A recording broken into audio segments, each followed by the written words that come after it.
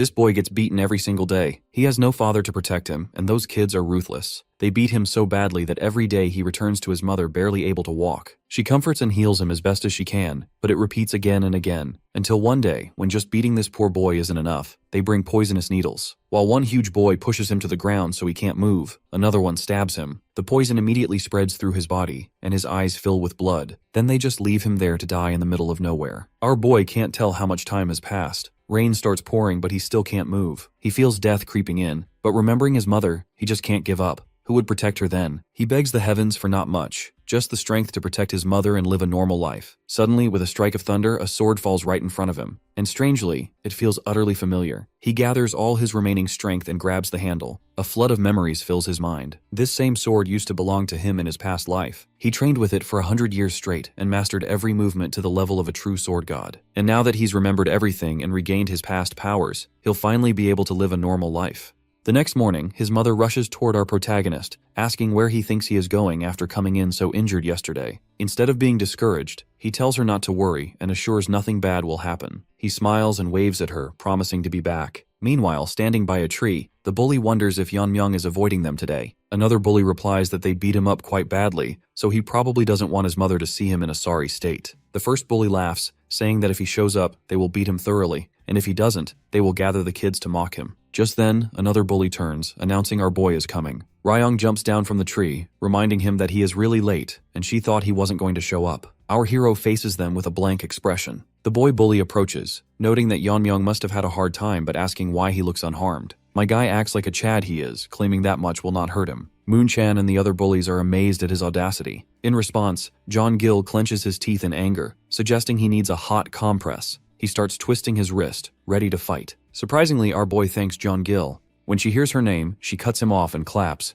her cheeks nearly blushing. She asks what the occasion is and why Yeonmyeong is calling them by their names today. Soon, her words turn evil as she questions if yesterday's poison wasn't enough and if they should double the dose. John Gill gets angry and shouts, asking why our hero isn't paying attention to the person in front of him. He raises his hand to punch our boy, but in a flash, Yeonmyeong puts a hand on his face and slams him onto the ground. The other bullies are amazed. As a result of the power, the impact creates a huge depression in the earth. They wonder how John Gill got knocked down in one hit. As far as Ryong is concerned, Yeonmyeong was supposed to be untrained in martial arts. Moonchan also worries, saying he doesn't know what happened. Our boy believes that there is no reason he cannot do what they can. He then reminds them they are participating in the clan leader competition, and asks if they intend to enter with their current skills. Our hero starts walking toward them, emitting such a strong aura that even the bullies are scared. Moonchan clenches his teeth, thinking Yeonmyeong seems like a completely different person overnight. Nevertheless, he tells himself to calm down, reasoning that John Gill got caught off guard. He convinces himself that after training for years, they will not lose to someone like him. With a roar, Moonchan shouts a challenge, leaping into the air with his knife and dashing down toward our protagonist. However, in midair, our hero catches his hand, breaking his weapon.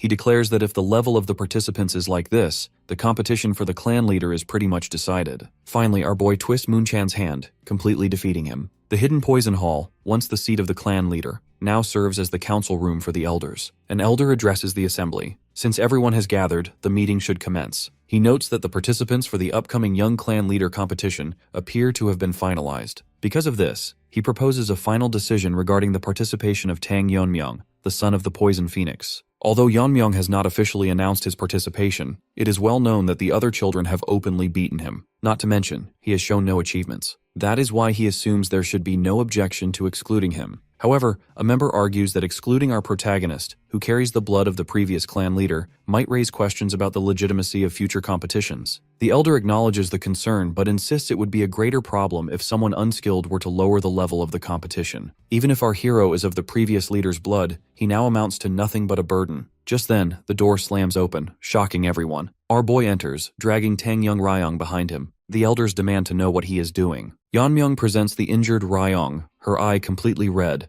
a clear sign she has been poisoned. When asked for an explanation, he reveals that he is fully aware of his actions. The members are horrified to witness this unprecedented sight. The boy makes himself clear. He has endured suppression in the Tang clan for too long, and he no longer intends to endure anything. In response, a member shouts, asking how he could harm a child participating in the competition. Another stresses that harming a competitor is a serious crime. But as far as our boy is concerned, he is fully aware of the family rules. so he questions whether there is any problem with a fight between participants. The elder demands clarification, asking if he truly intends to participate. Yeonmyoung, however, believes that his actions are proof enough. He suggests they check the open ground outside, where Moonshan and Jeon-gil, who used to bully him, are lying. He has simply followed the family rule, repaying kindness twofold and revenge tenfold. After he speaks, silence fills the hall. The elder clenches his fist in anger, but eventually acknowledges that Yeonmyoung has proven his worth. Other members protest, arguing he is exploiting the rules and endangering others. However, the elder raises his hand, silencing them. He declares that Yeonmyoung shall participate. They have no right to block a qualified child. Still, he warns that he hopes Yeonmyoung's confidence matches his skill, for if he does not become the young clan leader, he will pay for what happened today. Later, Yeonmyoung tells everything to his mother. She is tense, asking how he could do such a thing, but he explains it was necessary. She realizes from his decisive tone that this is not just an outburst. Reflecting on his name Myeong, meaning to survive as long as possible, she recognizes that she thought he was still a child, but she now senses the presence of a great man. Once she realizes this, she kneels, holding his hand, and states she will not question him ever how he learned his techniques. Though she wants to know only one thing: is he confident about competing? Our boy smiles, reminding her that he is the Poison Phoenix's son. His words make her emotional, and she hugs him, expressing her pride. Hugging his mother, our protagonist thinks her embrace is warm. Consequently, he vows to protect his ordinary life and eliminate anything that disturbs it. 1 month later, in the garden, Tang Jihye walks with Tang Jeokhui, the Dark King's great leader. He considers leaving things as they are, especially since the competition is not child's play. She smiles, telling him to let Yeonmyoung be, confident that our hero has his reasons. In turn, Jeokhui also acknowledges the boy's mentality and courage are unbelievable for his age. She thanks him for protecting Yeonmyoung so far. Even so, Jeokhui admits he had to step in, but wonders if it is really okay for our boy not to train separately. Meanwhile, our protagonist sits in his room, meditating. He reflects on his routine, eating clean meals, sleeping well, and using internal methods to correct his twisted chi paths. You see, simply honing strength and skill is unnecessary right now for someone who has awakened as a swordmaster. For that reason, he believes it is essential to fortify the vessel first. He places his hand on the ground, thinking that at the tender age of 12, his meridians are not heavily blocked. Balancing on one finger, Yeonmyoung concludes that as his level increases, his transformation will occur naturally. Finally, competition day arrives. Our boy enthusiastically tells his mother he is leaving, and she tells him to take care. Tang Jeokhui also bids farewell to his sister, and then our hero and Jeokhui depart. From behind, the mother watches them, wishing Tang Longriang could see how well their son has grown. At the Dark King Hall, many participants arrive. Our guy is busy eating, noting they arrived early. Just then, a group of boys approaches, recognizing him as the son of the Poison Phoenix who beat up Moonshan. However, they dismiss it as a false rumor, claiming he couldn't even learn martial arts. Because of this, they decide they need to instill some discipline. Our protagonist, annoyed, throws a rice cake at the leader's face. The force of the impact knocks the boy to the ground. The others shout, wondering if he used a hidden weapon. Soon, one realizes it is just a half-eaten rice cake and wonders how it could be so powerful. Yeonmyoung mocks them, challenging the group by asking if they will run away despite being participants. Enraged, the group attacks him all together, but our boy doesn't even flinch. From the other side, Tang Jeokhui approaches and sees a body thrown into midair. He runs toward our hero, only to find the whole group lying on the ground. Yeonmyoung sits on top of the pile, eating a rice ball. He asks Jeokhui if he has arrived, stating he was getting bored. He smiles, telling the leader not to misjudge, as they started it. Afterwards, Jeokhui facepalms. In the council, people shout at the Grand Elder. They are unsure how they can overlook so many injuries just before the competition. In light of this, Elder Seok-jung suggests changing the rules. Outside, participants gather in line. One girl whispers, asking how the competition is conducted, so another girl explains the process. 2 to 3 years of training followed by one-on-one duels. On stage, Tang Jeokhui calls for silence. He introduces himself as the overseer and explains the order. 3 years of practice, followed by the main competition. Suddenly, the elder enters the stage and announces that it will be conducted as a goo poison match. Everyone is shocked. As they know, a goo poison match refers to placing strong poisons in a jar to fight until only the most potent remains, a battle royale where only one survives. The elder explains that due to the unfortunate incidents causing numerous dropouts, they cannot proceed with standard duels. Naturally, Jeokhui realizes this is happening because of our boy. The elder states that to prevent further incidents, they changed the format. As a result, the students are clearly angry, blaming Yeonmyoung. The elder says the position is vital to the Tang family's future. He commands them to fight, survive, and conquer, promising the victor will possess everything. Our guy looks at his opponents with a smirk. Now that he realizes only one competitor will survive,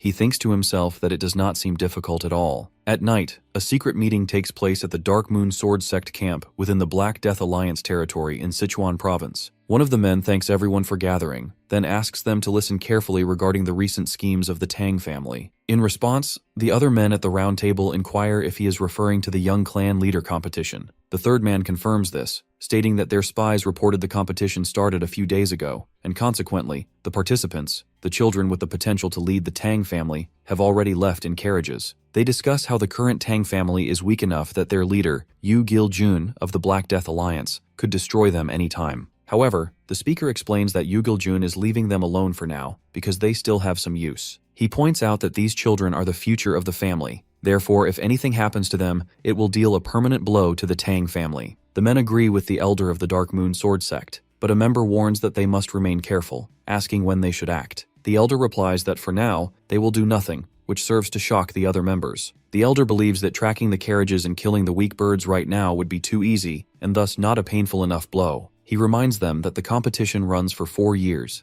asking them to imagine the devastation if all the carefully raised children die right at the climax. With a grin, the masked man smirks, agreeing that it would indeed be a fatal blow. Another member suggests letting the Jigal family or the Moyang family handle it. The Dark Moon elder, Makinhu, agrees, deciding that they will just track the carriages and make their move after 4 years. The tracking is already arranged, and has already planted a small seed to ensure the Tang family falls entirely into their hands. Meanwhile, at the common mountain venue for the competition, the instructor leads the group forward. The man announces that although the rules changed, the schedule remains the same. So participants will be called by number instead of names. Since they are Group 7, the instructor turns and realizes one is missing. Looking back, he asks number 28, who is our protagonist, why he is lagging behind. Yanmyung apologizes for the lag, as he was just thinking for a moment. The instructor scolds him even with his apology, warning him not to fall behind. As they walk, our boy wonders why the person leading them doesn't sense it. He feels a presence behind them, certain they are being tailed. Suddenly, as they move forward, they stop in front of a huge cliff. From the cliff, a voice demands the password from Group 7. The instructor answers with, Poison King of Hidden Poison, and a light shines, confirming the code. Immediately, a figure steps out from the rock face, holding a hand fan. He introduces himself as Jigal Changshin, stating he is here to assist in their competition. The students realize that the Jegal family was once one of the 5 great families, famous masters of formations, but they fell due to the invasion of the Heaven's Brilliance Demon Lord. The group walks inside the cliff, and they are surprised to see a beautiful landscape hidden within. Jegal Changshin explains they use their formations to stop outsiders from interfering with the competition.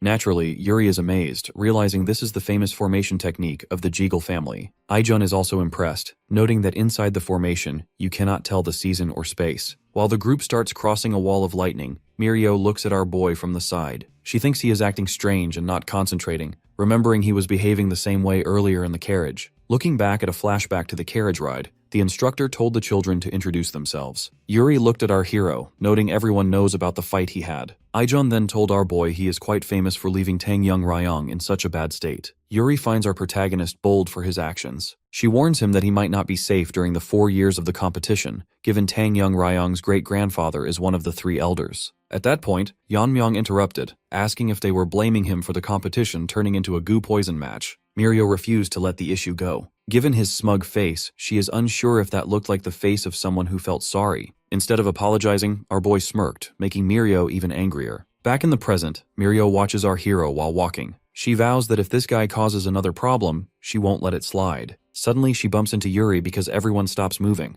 Both Yuri and Aijun look terrified, realizing that Jigal Changshin, their guide, has completely disappeared. To their surprise, our boy moves forward and tries to touch the empty air. Mirio wonders what he is doing. She finds it strange that he looks so relaxed. Meanwhile, Jigal Changshin walks down the road alone. In his mind, he assumes the kids must be panicking inside the formation by now. After all, he knows that inside the Jegal family's 7-lock Phantom Dome formation, there is no escape without the caster. He recalls the elder promised to double the support for the Jegal family if he eliminates number 28. But suddenly, to Jigal Changshin's surprise, the air behind him cracks open. From the crack, the 4 kids peek out. Changshin completely freaks out, shouting in confusion. Our boy questions the possibility with instructor Jigal what will happen if he leaves them behind. Changshin is speechless, then quickly lies and claims he made a mistake. Yuri turns toward our protagonist, asking how he did that, to which he simply says he cut it. As far as Mirio is concerned, this isn't the time to worry about that, telling everyone not to lose instructor Jigal Changshin again. But when they look back, Changshin is already gone again. They shout that he disappeared, causing our boy to let out a deep sigh. While running away, the instructor thinks he is pathetic, fleeing inside his own formation. Soon he sees a shining light, realizing it is the exit leading to the training ground. He escapes the formation, thinking this should be enough. But then, a voice alerts him. It is Tang Wanjin, the supervisor for Group 7. The instructor gets really scared, so he lies and says it seems Group 7 will not be participating, explaining they didn't show up.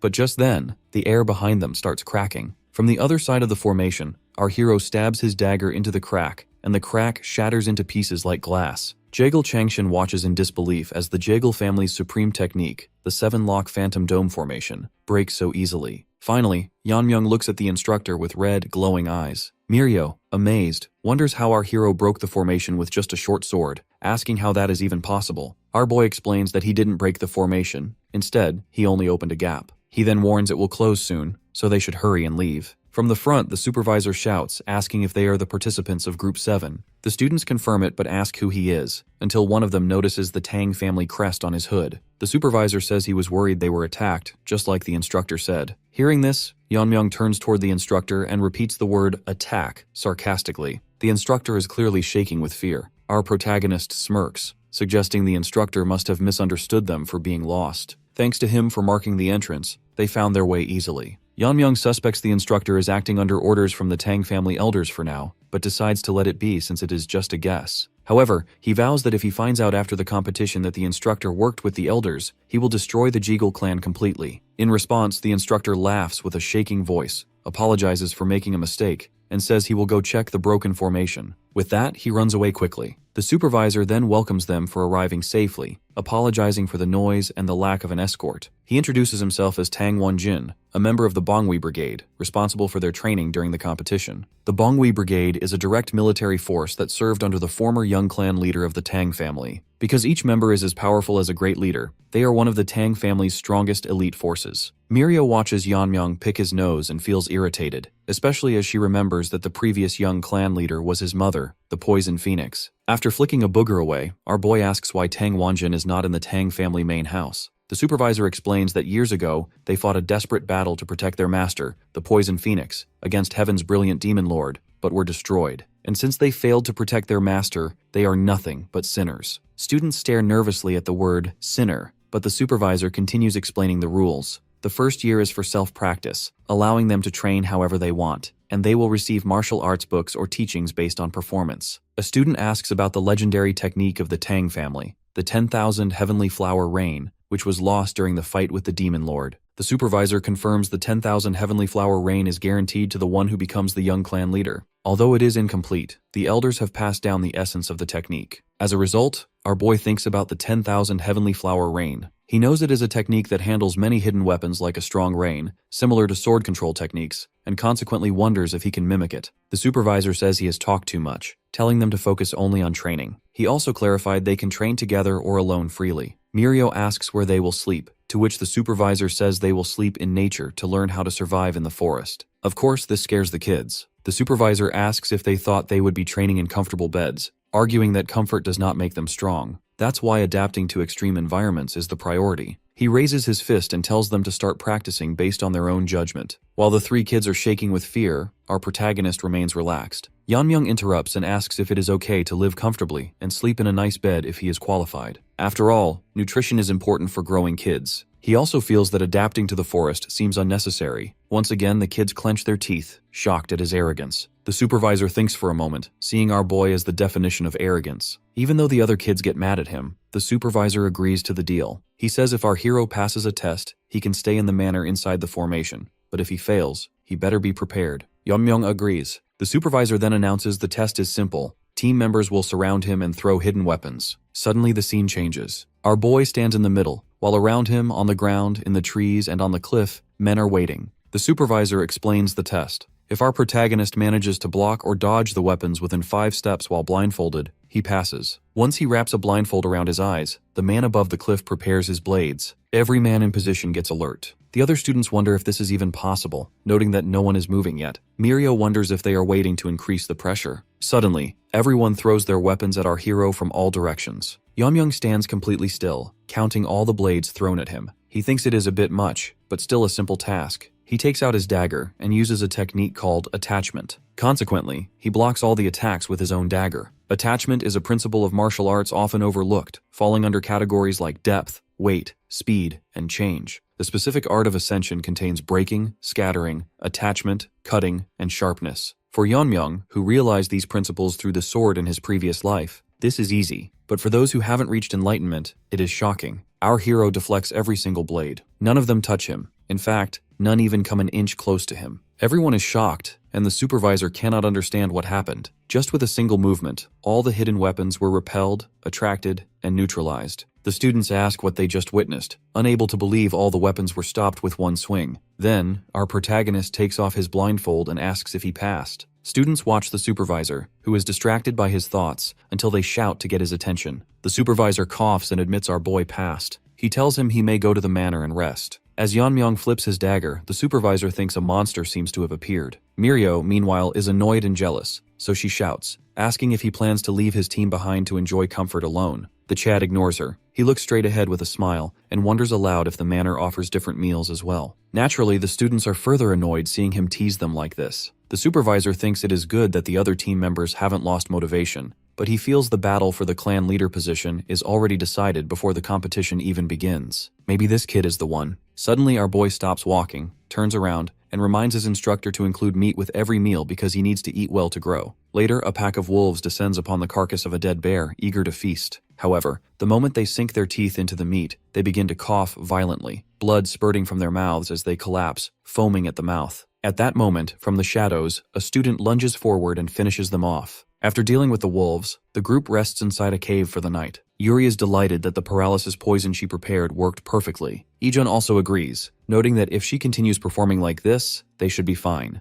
Additionally, Mirio compliments him, saying his poison-making skills are impressive, and his rainstorm technique is not ordinary either. All three sit around the fire with gloomy faces, waiting for the meat to cook. While waiting, Yuri reflects that it has already been 4 months. She recalls how on their first day, they were preoccupied with running away, and their first encounter was with a bear. She laments that they could not even find prey initially and had to survive on grass roots while shedding tears. Eventually, however, they succeeded in hunting and finding shelter. Suddenly, Ijun wonders aloud if Yeonmyeong is living comfortably by now. The mere mention of Yeonmyeong's name triggers Mirio, who shouts at him not to bring that guy up. Ijun admits he is just curious. She swears that once he goes to the manor, he will get what he deserves. Internally, though, Ijun thinks differently. Considering the performance Yeonmyeong showed earlier, he wonders just how strong he must have become if he has continued training all this time. Just then, Mirio notices something wrong and asks where their meat went. They turn to the fire, only to find the skewers empty. It turns out Yuri has already consumed every bit of it. She burps loudly, satisfied with the meal, and, noticing their death glares,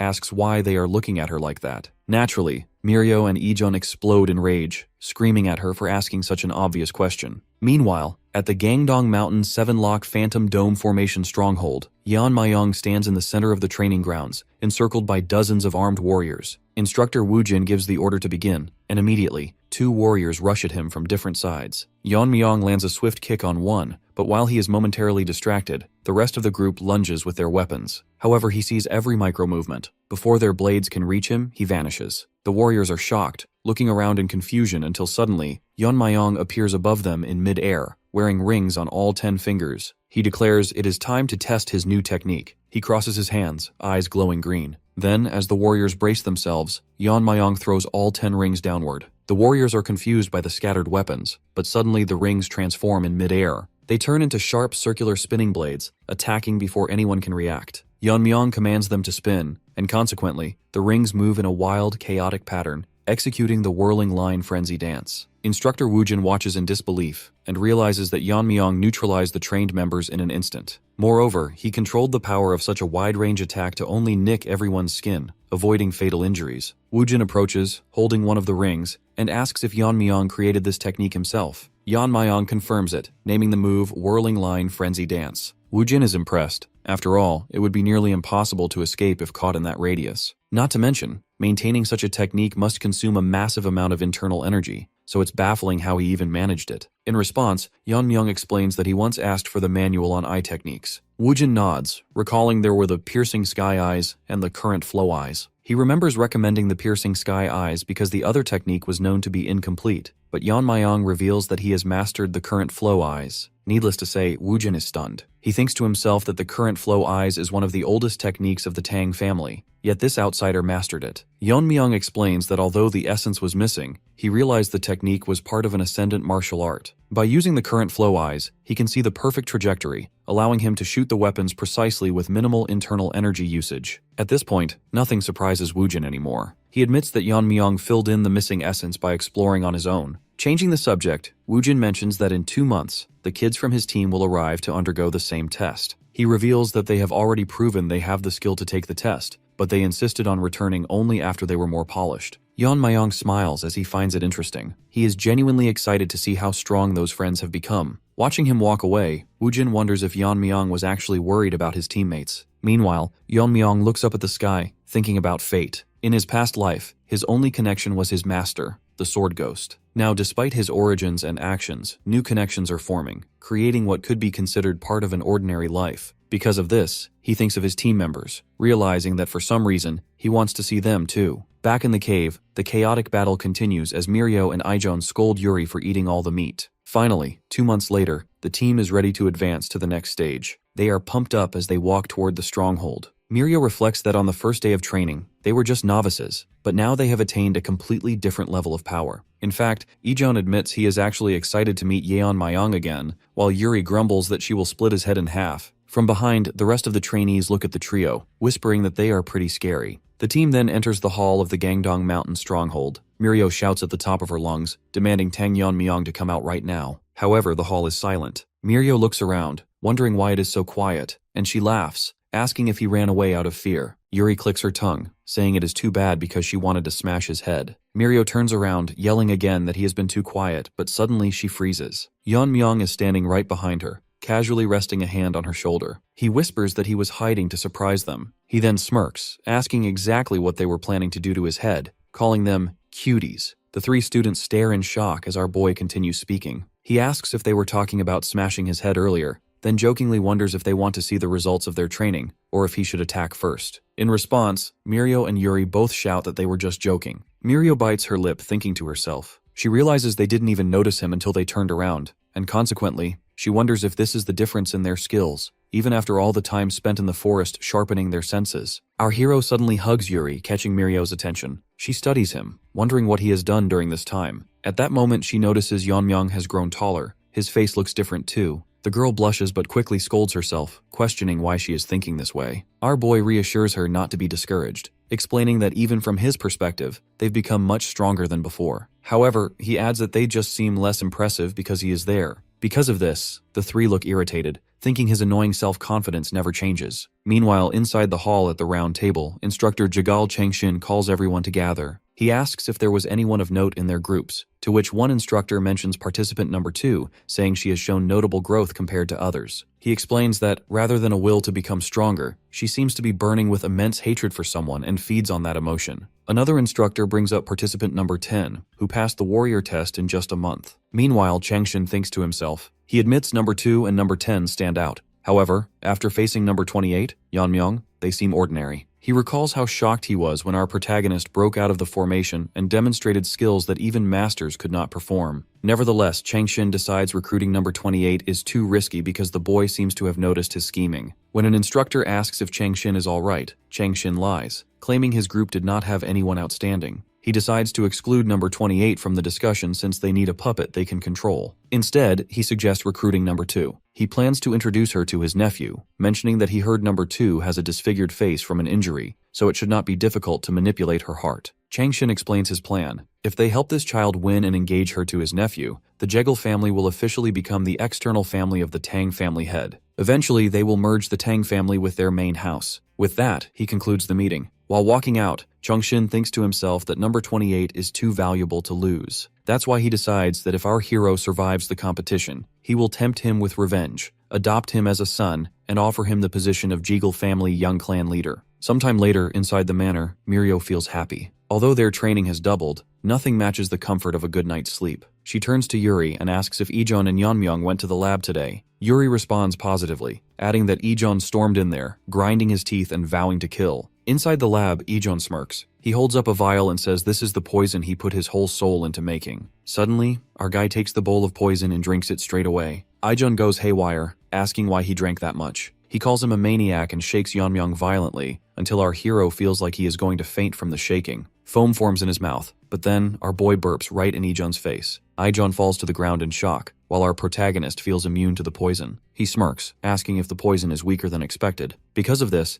Ijun almost starts crying, shouting that it is a poison that could melt his insides and wonders why he is still okay. Our guy teases him, suggesting maybe his poison just isn't that good. Naturally, this makes Ijun furious. He screams, questioning why our hero isn't dying. Outside the door, Mirio and Yuri listen to the shouting and guess it isn't working. Afterwards, our boy drinks another bowl. Ijun tells him not to drink poison like it is booze, but our protagonist asks if there is more because it doesn't affect him at all. Ijun slams his fist in anger, wondering if our hero is immune to everything. In the meantime, Yeonmyoung wipes his lips and thinks. He knows it is different from being immune. Rather, it is the Tang family core technique, the poison refining madness. He believes that if they are named poison masters, they should be able to control even the poisons that enter them. As expected, the poisons that entered his body transformed into internal energy. That is why, within a certain limit, poisons are no different from an elixir for our boy. However, he knows this state can only be achieved through deep understanding. He realizes that weak poisons hardly increase his internal energy now, so he needs stronger ones. He thinks about the dangers ahead. Yeonmyoung knows he cannot guarantee victory if the Black Death Alliance or the Heaven's Brilliant Demon Lord were to invade. He has no personal grudge against the Black Death Alliance, but since they divided Sichuan City, he cannot ignore them. Their leader is called a genius who destroyed 3 of the 9 factions. Therefore, to live as a human, our boy needs to become as strong as he was in his previous life. Ijun, exhausted, mutters that if only he could create the Tang family's 10 poisons. Our hero turns and asks what he just said. So Ijun explains that the 10 poisons are the strongest poisons passed down from their ancestors. He says the higher the number, the stronger the poison. However, most formulas were lost to time. He mentions that the 10th poison was so potent that even masters of the transcendent level were affected. Yeonmyoung is shocked, thinking that a poison that affects transcendent level masters is worth coveting. He asks Ijun if he can prepare the 10th poison, but Ijun argues it is impossible because the formula is lost. Our guy feels sad because Ijun's current poison doesn't even give him a sensation anymore. This pisses Ijun off, and he warns that the 10th poison is so dangerous it is forbidden, saying even our boy wouldn't survive drinking it. Meanwhile, at night, participant number 2 fights a man who chokes her neck. Black fumes come from the man's mouth as he asks what she did to him. He coughs and fire emits from his mouth. Then she asks him to repeat it. She mocks his face as fire erupts from his eyes and mouth. He shouts and lunges toward her, but before he can reach her, his hand breaks like a piece of stone. He falls to the ground and completely shatters. She smirks, noting he was burned to ashes in an instant. In addition, she marvels at the power of the poison given by her grandfather, revealing that this is the Tang family's 10th poison. She touches her disfigured face, saying the pain she experienced that day is unforgettable. Once again, she vows to keep wasting this rage and pain. She flips her hair away from her eyes, revealing she is Tang Young Ryong. Finally, with a smirk, she promises to torment Yeonmyoung plenty in the goo poison match. The next day, the supervisor, Tang Woojin, addresses the team. He notes that another year has passed since their training, and explains that, up to this point, he has been refining their martial arts. But the real challenge begins today. Specifically, he announces that they will decide on a team leader. The students look shocked, so Woojin clarifies that they will appoint a temporary leader for now. However, by the 3rd year, they will officially elect a leader to represent them in the goo poison match. He adds that, since it is a life-or-death battle, the most outstanding participant should lead. After hearing this, Yuri notes that not all participants go to the goo match, and Mirio realizes this means the latecomers will die. She says the choice should be based on achievements, and consequently points to participant 28, Tang Yeonmyoung. Ijun agrees, stating our boy is the leading contender, so the supervisor asks if there are any objections. Everyone remains silent. Then, the supervisor calls number 28 forward to accept a reward. He presents a small chest containing a pill, explaining that it is the Heavenly Heart Pill, an elixir made from 100-year-old ginseng that significantly increases internal energy. The other members are shocked that such a precious item is given to Yeonmyoung. The supervisor explains it is a privilege for the team leader because the Tang family has high expectations for them. Internally, however, he believes his expectations for Yeonmyoung are even higher. Our protagonist asks if there is anything else, at which Woojin looks confused. Our boy then asks if he can receive something other than the elixir, because he doesn't need it. Naturally, this angers the other members. They shout at him, asking if he knows its worth and telling him to hand it over if he won't eat it. The supervisor thinks refusing an elixir is unlikely unless someone's internal energy is already full, so he asks what Yeonmyoung wants instead. Our hero replies that he wants the Tang family's 10 poisons. Later, the team gathers in Yeonmyoung's room, staring at a pile of weapons. Mirio asks if this is all he bought and demands to know where the elixir is. Holding a blade, our boy explains he couldn't get the poisons, so he took these instead. Mirio tries to punch him, but he dodges, causing her to shout and call him a fool. Yuri says they should respect his choice, and Ijon adds that the elder will be pleased to save the pill. Our protagonist interrupts, revealing he hasn't returned the pill yet. The scene shifts hours earlier. The supervisor hands the weapons to our boy, asking if he is sure. Our hero says he regrets not getting the poison, but this is sufficient. When the supervisor asks if he needs anything else, our boy asks what the plan is for the returned pill. The supervisor says it goes back to the medicine hall, but our hero suggests an idea.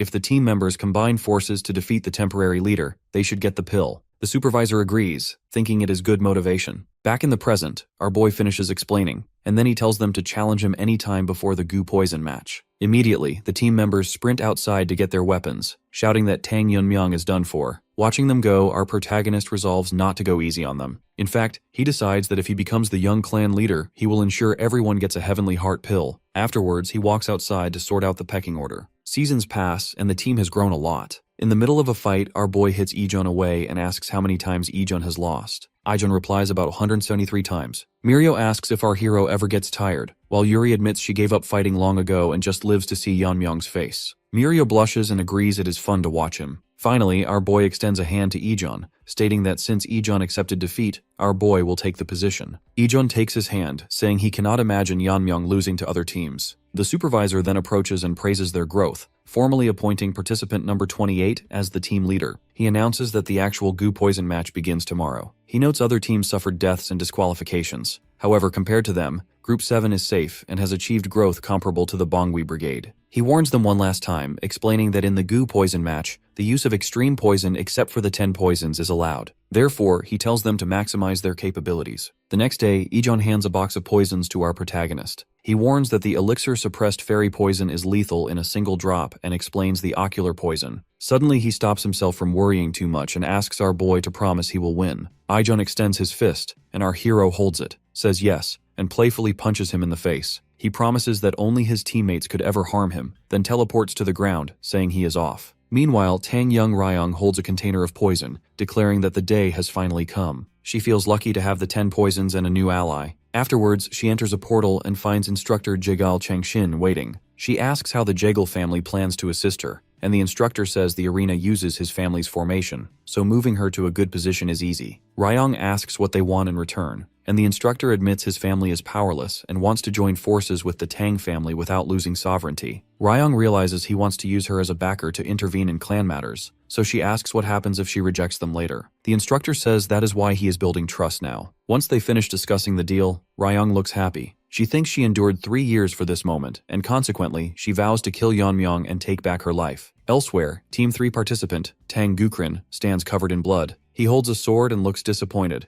complaining that the Tang family's military force was all talk. Behind him, the bodies of the warriors who tried to train him lie dead. Finally, our boy arrives at the location. He looks around and thinks it is the perfect day for someone to die. With that, the goo poison match begins. Our boy stands on top of the cliff, looking down at the vast goo poison match arena. He notes the area is huge, so he realizes it might take a while to find anyone. Meanwhile, through magic, Instructor Jigal Changshin watches our protagonist from a distance. As expected from Group 7, number 28 has appeared. He feels that our boy's potential is being wasted, but since the Jegal family made their choice, he decides to eliminate him quickly before any variables arise. Suddenly, Changshin is shocked. He sees our guy looking directly at him through the magical observation. He isn't sure how that is possible, given that his vision is hidden behind many layers of formations. Without hesitation, our boy slashes the empty air with his sword, and he cuts the formation's connection. He had felt an unpleasant gaze and suspected it was the Jegal family. He remembers Supervisor Woojin saying no one should interfere in the match, yet our hero realizes they have been meddling since the start. Because of this, he decides to let them try whatever they want. He then jumps off the cliff, planning to question them after the match ends. Back inside the room, Changshin pants heavily. He is terrified. He thinks about how he was surrounded by several layers of formations, yet the boy recognized him. He realizes that if he hadn't quickly withdrawn his sight, he would have gone blind. Moreover, he saw the boy's swordsmanship cut through the space of the formation itself. He frankly admits he has never seen such a skill level. Changshin realizes this is a miscalculation. Number 28 is not someone they can handle. As a result, his eyes turn red as he decides they must stop the boy by any means necessary, fearing revenge. Meanwhile, a girl runs through the forest, panting and bleeding. She doesn't want to die, and she regrets joining the competition. She only wanted to achieve a decent result to help her poor parents. That is why she plans to surrender and withdraw immediately. However, she suddenly runs into Tang Gukren. He is covered in blood and standing over many dead bodies. He looks at her and says it is a good time for a gathering. The girl tries to run away, thinking she just wants to surrender, but Tang Gukren appears behind her instantly. She is willing to surrender to anyone and leave the Tang family, yet Tang Gukren mocks her. He asks what she just said about him becoming the clan leader and insults her. She talked big but didn't last long. Furthermore, he mocks her lightness technique and calls her internal energy pathetic. She shouts at him,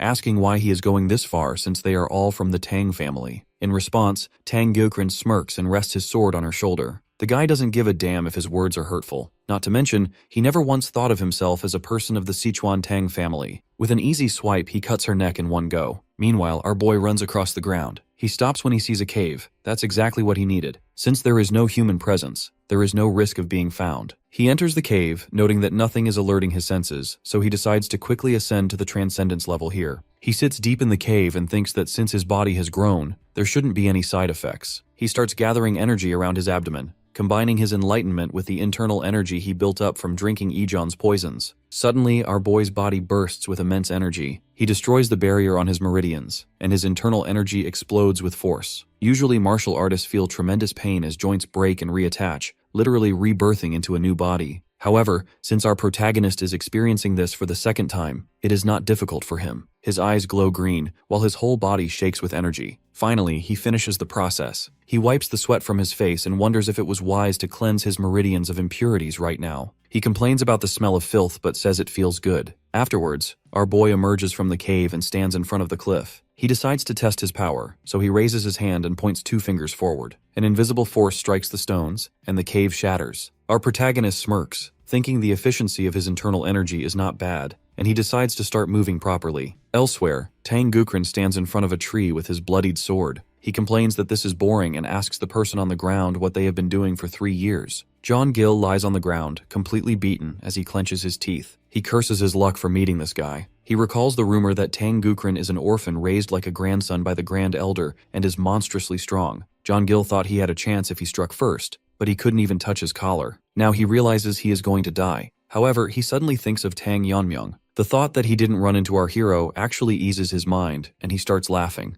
Tang Gukren asks why he is laughing in this situation. John Gill releases a breath and says he just thought of someone scarier than Gukren. Naturally, Tang Gukren feels insulted. He says he will have to make himself even scarier and decides to share a secret since John Gill is dying anyway. He reveals he is actually a spy from the Black Death Alliance, stating he is from the Great Darkness Silent Sword Sect, and his real name is Mak Inguk. He raises his sword to slaughter John Gill, but just then, Mak freezes. He feels something strange in his nerves and cannot move, so he wonders what is going on. From the side, our boy enters. He says he felt a presence and came to check, then looks at the boy on the ground and says it is a familiar face. Finally, he asks John Gill if he is healed from the last time they fought, but John Gill, confused, asks who he is. The scene shifts to the past, where a young boy stands before an elderly man. The boy asks if the man wants him to become a spy for the Sichuan Tang family, and the elder says yes. He tells the boy that with his talent, pretending to be an orphan for a few days should attract someone to take him in. He further explains that the Tang family soon will start the young clan leader competition to weaken their ranks. So if the boy returns after completing the mission, everyone in the family will acknowledge him. Back in the present, Mak lies on the ground, completely bruised. He bites his lip and feels like his insides are dissolving, consequently wondering what our boy did to him. Our guy walks toward John Gill, who stares at him and asks if he is really Yeonmyeong.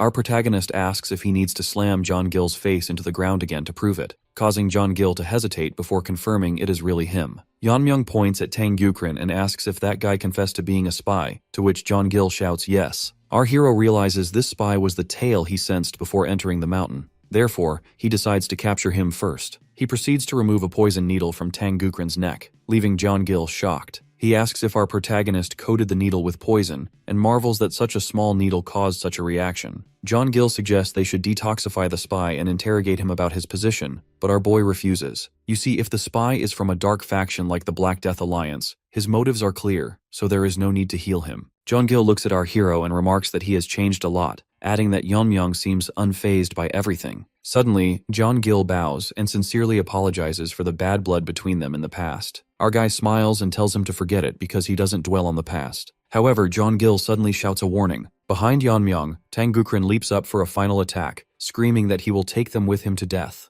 Tang Gukren dashes down, but our protagonist vanishes. Tang Gukren lands on empty ground, confused, while our hero appears behind the spy. He says he usually doesn't spare a dying man, but since Tang Gukren insisted on attacking, he will erase him without a trace. Our boy puts a hand on Tang Gukren's shoulder and asks if it wouldn't be better to have no corpse to clean up later. Tang Gukren's eyes fill with tears as he thinks our boy is ruthless. He collapses and dies instantly. John Gill watches in awe, thinking it is overwhelming. He knows the spy was a top contender using the Great Darkness Silent Sword technique, yet our hero defeated him effortlessly. Yeonmyoung looks at John Gill and asks what he is going to do now that it is just the two of them. John Gill says he will surrender, but he doesn't know the way out. Our boy swipes his dagger in midair, cutting open a hole in the formation, then tells John Gill to leave and says there is no need for a send-off. John Gill thanks him for sparing his life, and then our protagonist vanishes. John Gill smiles and wishes him luck. Meanwhile, at the Dark Moon Sword Sect headquarters, the Elder holds a shattered spiritual bead. He wonders what in the world is happening, realizing the bead implanted in his youngest son has broken, meaning his son is dead. He thinks about his son, born a servant, but more talented than anyone. To protect the boy from his jealous wife, he sent him to live as a spy in the Tang family. Because of this, the Elder clenches his fists in rage. He feels he hasn't done much as a father, so he vows to settle this grudge. He shouts orders for all disciples to prepare for departure to Gangdong Mountain, deciding the time to bring down the Tang family is near. He declares that no one bearing the Tang surname will return alive. Back at the mountain, it is night. Our boy eats his meal before a fire, but he feels something is off. He has run day and night but hasn't seen a soul,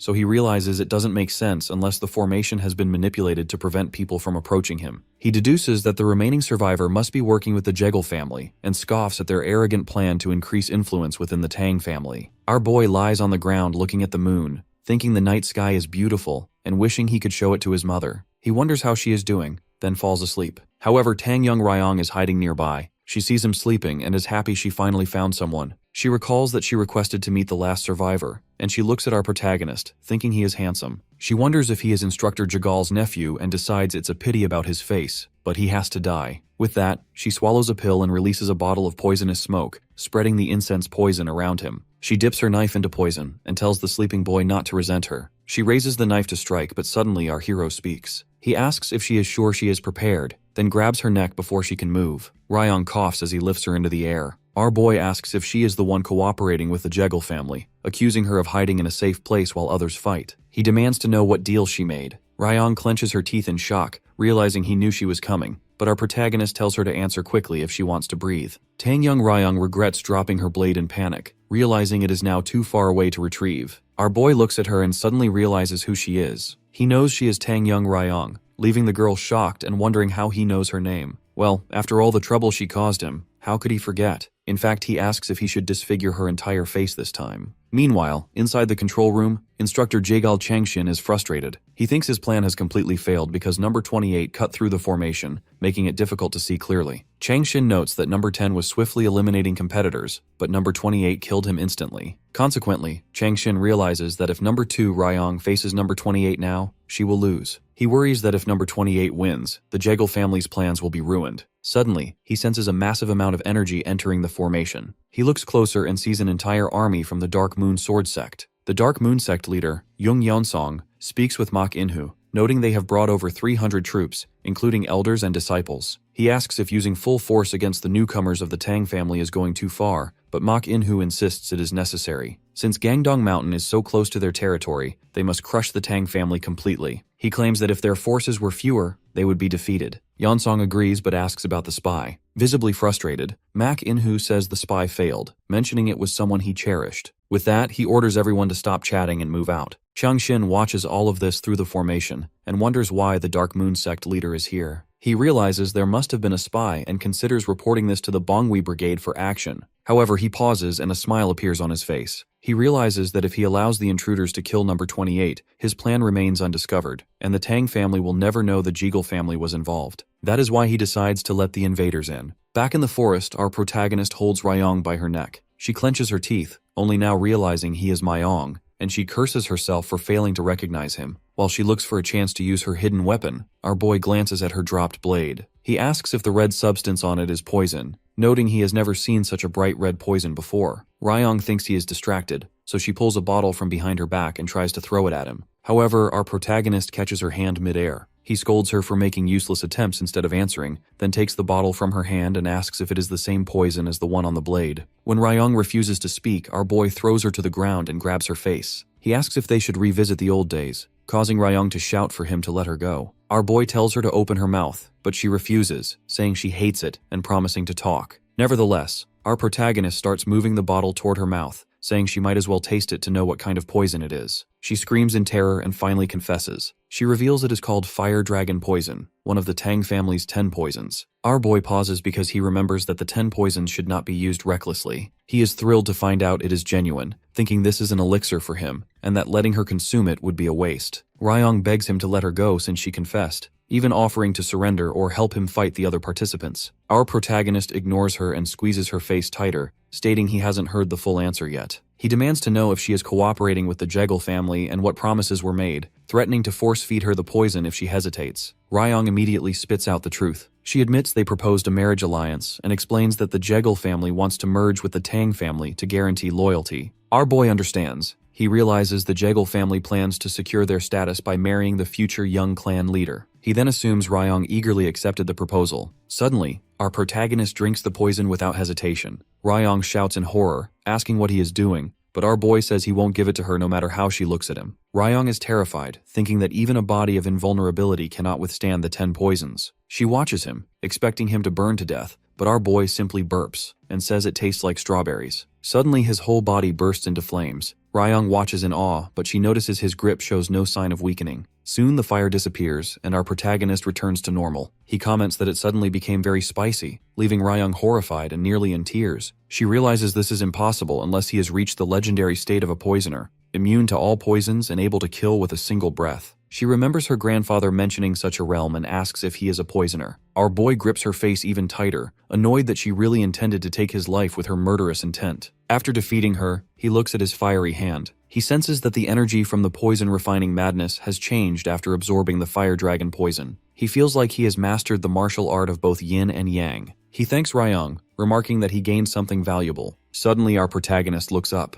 He notices a huge light in the sky, as if the sun has risen in the middle of the night, and he feels the wind blowing faster. He has no clue what is happening, realizing this isn't the competition ending. He senses unfamiliar presences, dozens, perhaps more than 300 people, and consequently realizes something is wrong. He deduces that the Jegal family must have noticed such a large group, meaning they deliberately let the intruders inside the formation to cause a massacre. Our protagonist holds his poison needles and smirks, thinking having practice targets come to him is a stroke of luck. Finally, he declares that in the goo poison match, he is the only one meant to survive. The instructor reports the situation to the supervisor. Hearing this, he shouts in disbelief, demanding to know what he just said about intruders. Changshin confirms that it appears there was a spy among them, so Wanjin demands to know if they have identified the enemy and how large their force is. Changshin pretends to be unsure but mentions there are over 300 troops led by the Dark Moon sect leader. Naturally, Wanjin is horrified. He wonders why the Dark Moon sect is here and how they found the place hidden by the 7-lock Phantom Dome formation. Consequently, he decides they must hurry to stop them. Changshin acts concerned, claiming he never expected this. He explains that the intruders have entered the inner world where the goo poison match is taking place. Furthermore, he reminds Wanjin that they made it impossible for themselves to intervene inside the formation. Therefore, they have no choice but to rely on the remaining clan kids to survive on their own. Inside the formation, our boy stands tall, surrounded by countless dead bodies. Looking back to a few moments ago, Mak Inhu stands over the dead body of Tang Gukrin. He regrets that his youngest child couldn't even die a normal death because of the poison. Meanwhile, Yunsong confirms they have entered correctly. He notes the body has needle marks and clear signs of a one-sided struggle. Mak Inhu shouts to his troops, ordering them to search thoroughly and find the Tang family rats. He commands them to report immediately upon discovery and declares that no one from the Tang family will survive. Immediately after, one group departs to search the area. A disciple asks his master if the leader seems troubled today, noting he usually displays killing intent openly. The master suspects the body they saw might have been the spy planted by the leader. In addition, the master notes the only injury was a needle mark on the neck, which is confusing unless the needle was coated with instant death poison. He warns his disciple that the Tang family targets life itself, regardless of martial prowess.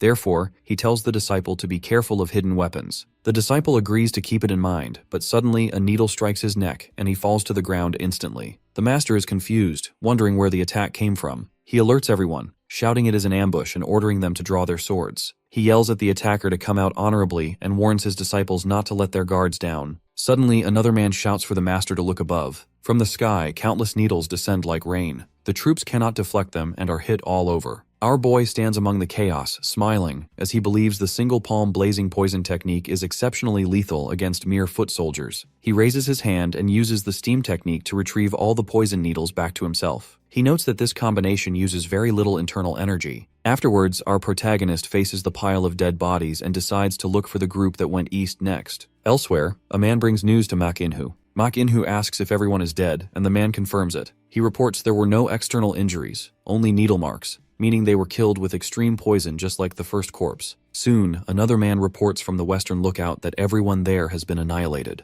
Even worse, the report from the east is the same. Manhwa realizes no group has survived. Yunsong points out it has been just over an hour, and nearly 100 men have fallen to the same method. He suggests this could be the deed of just one person. Manhwa thinks that if there were many enemies, it would be horrific, but this is clearly a master from the Tang family. Because of this, he feels like they are being hunted. He orders Yunsong to take command while he personally prepares for the ambush. Yunsong asks if that is all right, but Manhwa claims he cannot afford to lose more disciples and entrusts the rest to Yunsong. Yunsong leads the remaining troops across a river, noting the eerie silence and lack of presence. He realizes that with the sun setting, night will fall soon. He worries that if they don't find the ambusher by then, they might be annihilated. That is why he decides it is better to withdraw and regroup before the damage escalates. He turns to the troops and announces they will leave in an hour. Suddenly, a voice asks who decided that. Above a tree, our protagonist sits casually. He says he wasn't planning on letting them go. Yunsong clenches his teeth, having no clue when the boy appeared since he felt nothing. Before Yunsong can even react, all his troops behind him collapse, pierced by needles. He cannot believe they died without a moment to sense the attack. Our boy jumps down and walks toward Yunsong, who realizes this young boy is the root cause of the massacre. He wonders how a boy could use such high-level techniques. He sees the needles returning to our protagonist, and consequently suspects it might be void absorption, a technique only high masters can use. However, seeing our hero retrieve the needles instead of attacking again, Yunsong guesses the technique consumes a lot of internal energy. He calls our boy arrogant for coming forward instead of using surprise. Yunsong smirks and says he never heard of a young master like him in the Tang family. In response, our boy puts the needles in his pocket. He says it doesn't matter if Yunsong has heard of him because a man destined to die today doesn't need to know his name. Naturally, Yunsong gets angry. His veins bulge from his skin as he shouts that the young man is in a hurry to die. He powers up, tearing his clothes as his body size increases. Then he shouts and throws a massive punch to smash our boy against a wall. But our protagonist blocks the punch with his palm. As the energies clash, Yunsong is shocked that his maximum power was simply blocked. Our guy smirks and says surely this isn't his maximum power. Finally, he tells Yunsong he will give him time, so he should try to raise it to the real maximum. In the past of Yunsong, after the Spearpoint sect, one of the 9 factions, fell to the Black Death Alliance, Yunsong willingly joined them. On the day he met the Alliance leader, his specialty, the peak-shaking staff technique, was transformed. The Alliance leader told him the name was too weak and renamed it the Heavenly Quick Palm. However, a youngster is now besting that technique. Back in the present, our protagonist deflects Yunsong's fist. As they clash, Yunsong grows unsettled by the calm expression on our boy's face. Our hero meanwhile reflects on his power. He knows that fire dragon venom contains the breath of a fire dragon. When one controls this venom with a venomous aura, it creates a force similar to sword force. While sword force cuts through anything, venom force soaks into everything. Our guy opens his eyes, which glow red like a fire dragon. Because of this, Yunsong struggles to deflect the power, clenching his teeth and wondering what this incredible yang energy is. Our hero then uses the burning glaze technique. The heat is so intense that Yunsong's body instantly turns into hard coal, and he falls to the ground, dead. Mayong thinks that venom imbued with heat should be called fiery demon force. Afterwards, he asks the troops who want to burn to death next. The troops are frightened because their leader died so easily. Our protagonist tells them that since he has no intention of letting them live, they should just die quickly. Suddenly, the Dark Moon sect leader, Manhwa, steps forward. He draws his sword and shouts in rage, accusing our boy of killing his youngest son, the spy, and swearing that our boy won't even leave ashes behind. Manhwa orders his troops to spread out and use the Charyun formation to surround him. Immediately, the troops surround Mayong from all directions. They warn each other to be wary of poison and hidden weapons while Manhwa thinks about his losses. He feels the pain of losing so many disciples and his son. Therefore, he decides our guy must be eliminated, so their sacrifices aren't in vain. Our boy looks around and thinks the Charyun formation reminds him of training. Back then, he used the whirling chaos dance, but he decides to test something different this time. Suddenly, our protagonist's figure becomes hazy. One opponent shouts that he disappeared and tells everyone to stay alert, yet they cannot catch his movements at all. Our protagonist moves among them, cutting them down one by one. Meanwhile, Manhwa cannot understand what is happening. He is shocked that he even missed our boy's movement and wonders what our hero's true identity is. Mayong finally reappears. In response, one opponent shouts in anger and lunges at him for killing his brothers. Our boy raises his hand and says he will borrow their swords. By using the destruction principle, he shatters their swords into pieces using just his hand, without even touching the blades. The man calls him a monster, unable to believe our protagonist destroyed their swords without touching them. Our hero then uses the principle of dispersal to scatter the scraps of broken blades. After that, he controls the force to make them spin within a certain area, forming a tornado of metal shards. The opponent shouts in horror, thinking this is the legendary Tang family technique, the 10,000 heavenly flower rain. He screams that it is impossible. Suddenly, the tornado of shards hits the opponents, cutting them to pieces. The massacre is brutal. Our boy admits to himself that it doesn't match the power of the real 10,000 heavenly flower rain,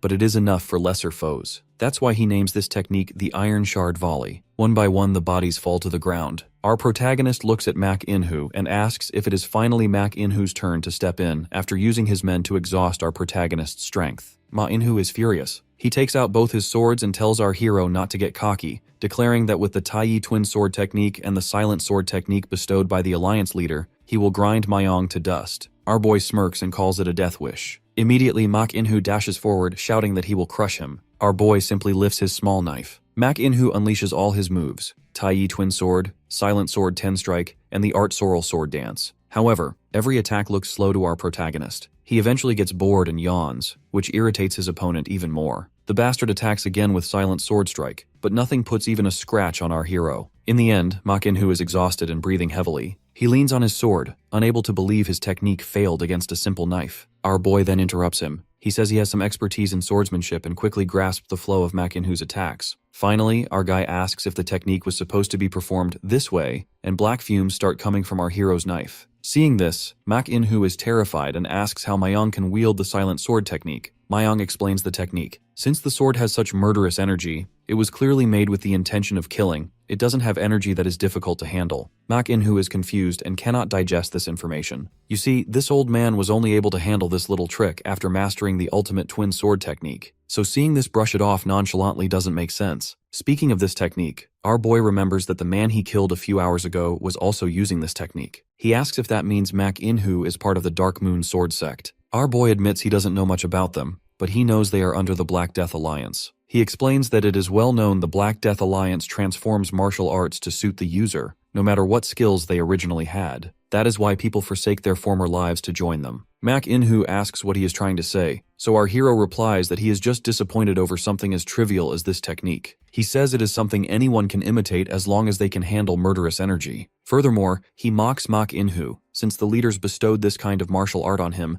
they must not have had much faith in him. In response, ManhwaCapped shouts curses at him, but our boy ignores him. Since ManhwaCapped tried his best, he will show him true ability in return, warning him not to be too amazed. Green energy emits from Mayong's body as he explains that for those who have reached a transcendental level, blade length does not matter. Immediately, the blade of our boy's knife gleams green and starts to extend with light energy. The sight leaves ManhwaCapped in utter shock. Our guy then uses the technique Blade Rival, slashing his knife with immense energy. The impact is so great that it cuts through the mountain and the forest, forming a huge depression in the earth. Afterwards, our protagonist wonders aloud if the damage is smaller because his body is not like before. ManhwaCapped cannot understand what he is seeing, realizing there is no way a normal sword technique can do this. He realizes our protagonist handles the blade energy with ease and has reached the final stage. Suddenly, our boy asks with a murderous voice if that is important. Completely scared, ManhwaCapped dashes away to dodge the attack. The boy finds this old coot annoying. He asks how ManhwaCapped thinks he can get away by just running around. Everything will be over the moment he is caught. However, before slashing his blade again, Mayong stops. He decides that as a member of the Tang clan, it only makes sense to kill him the Tang clan way. With that, he puts his hand under his robe and takes out his rings. ManhwaCapped runs desperately through the forest, thinking this cannot be. He wonders who in the world raised such a monster in the collapsing Tang clan. Suddenly, the rings fly toward ManhwaCapped from behind, cutting trees and obstacles like tofu. ManhwaCapped tries to deflect them, but their speed and cutting power terrify him. He realizes he cannot get rid of them by running and consequently must fight. He dodges and blocks, but the rings crack his sword and cut his body. Finally, his arm is cut. ManhwaCapped stands bleeding but defiant, shouting if the boy is happy that he blocked them all. As long as he stays alive, he can plan for the future, assuming our boy wasted a lot of energy using that skill. But from the front, our boy walks in calmly. He asks if he should be complimenting ManhwaCapped, who is shocked that the kid is not tired at all. With a flick of his finger, our boy calls out all his rings. They hover in the air and point toward Manhwa, leaving him to clench his teeth in shock. He wonders who this bastard is and regrets leaving everything behind to join the Black Death Alliance, only to be defeated by a boy he couldn't even hurt. Ultimately, Manhwa is completely defeated as the rings strike him down. The rings return to Myung's finger, happy that he caught everyone. He is also happy he gained something by experimenting with different techniques,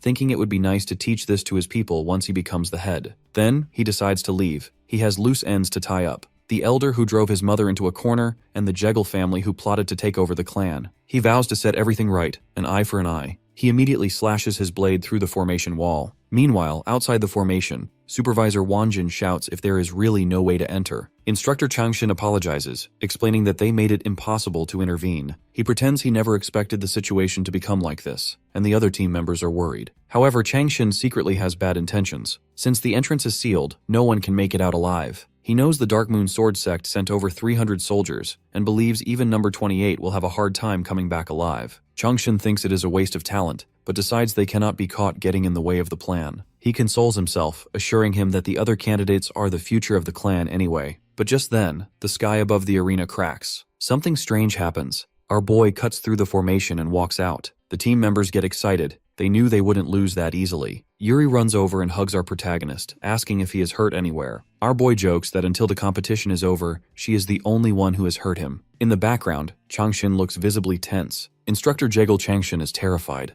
As far as he is concerned, it is impossible that 300 soldiers couldn't deal with one young bastard. From the side, our boy notices Changshin's tense face, but Changshin quickly hides his expression. Meanwhile, John Gill waves at our protagonist, and Myung smiles back. Changshin cannot believe it. He recalls how our protagonist cracked the 7-lock Phantom Dome formation earlier. Not to mention, the kid cut through a formation designed for battle as if it were nothing. He thinks our hero is a monster because normally, even a master would be caught in it. The boy turns to look at Changshin. Although he knows he could kill the instructor right now, he decides to wait until he becomes the head. Supervisor Wanjin smiles and says Myung is finally safe. Our boy bows and apologizes for causing worry, yet he thinks to himself that he will take care of the elders in the Tang clan first. Wanjin asks what happened inside and where the rest of the people are. Just then, the earth starts shaking. The warriors think it is an earthquake, but one of them points to the sky. A crack forms in midair and light pours out. At this point, Changshin is tense, realizing the unit containing the formation is breaking down. As the formation fully breaks, fragments fall away, revealing the inside. The ground is covered with hundreds of corpses. Wanjin observes the uniforms and notices that while some are different, most belong to the Dark Moon Sword Sect. He asks if our protagonist took all these people seriously by himself, admitting even he would find it difficult to deal with more than 30 of them. Suddenly, a warrior shouts and points to a specific body. He identifies the double sword sheath and realizes it is Manhwa, the sect leader. Seeing the severed body, Wanjin realizes even the sect leader was no match for Yan Myung.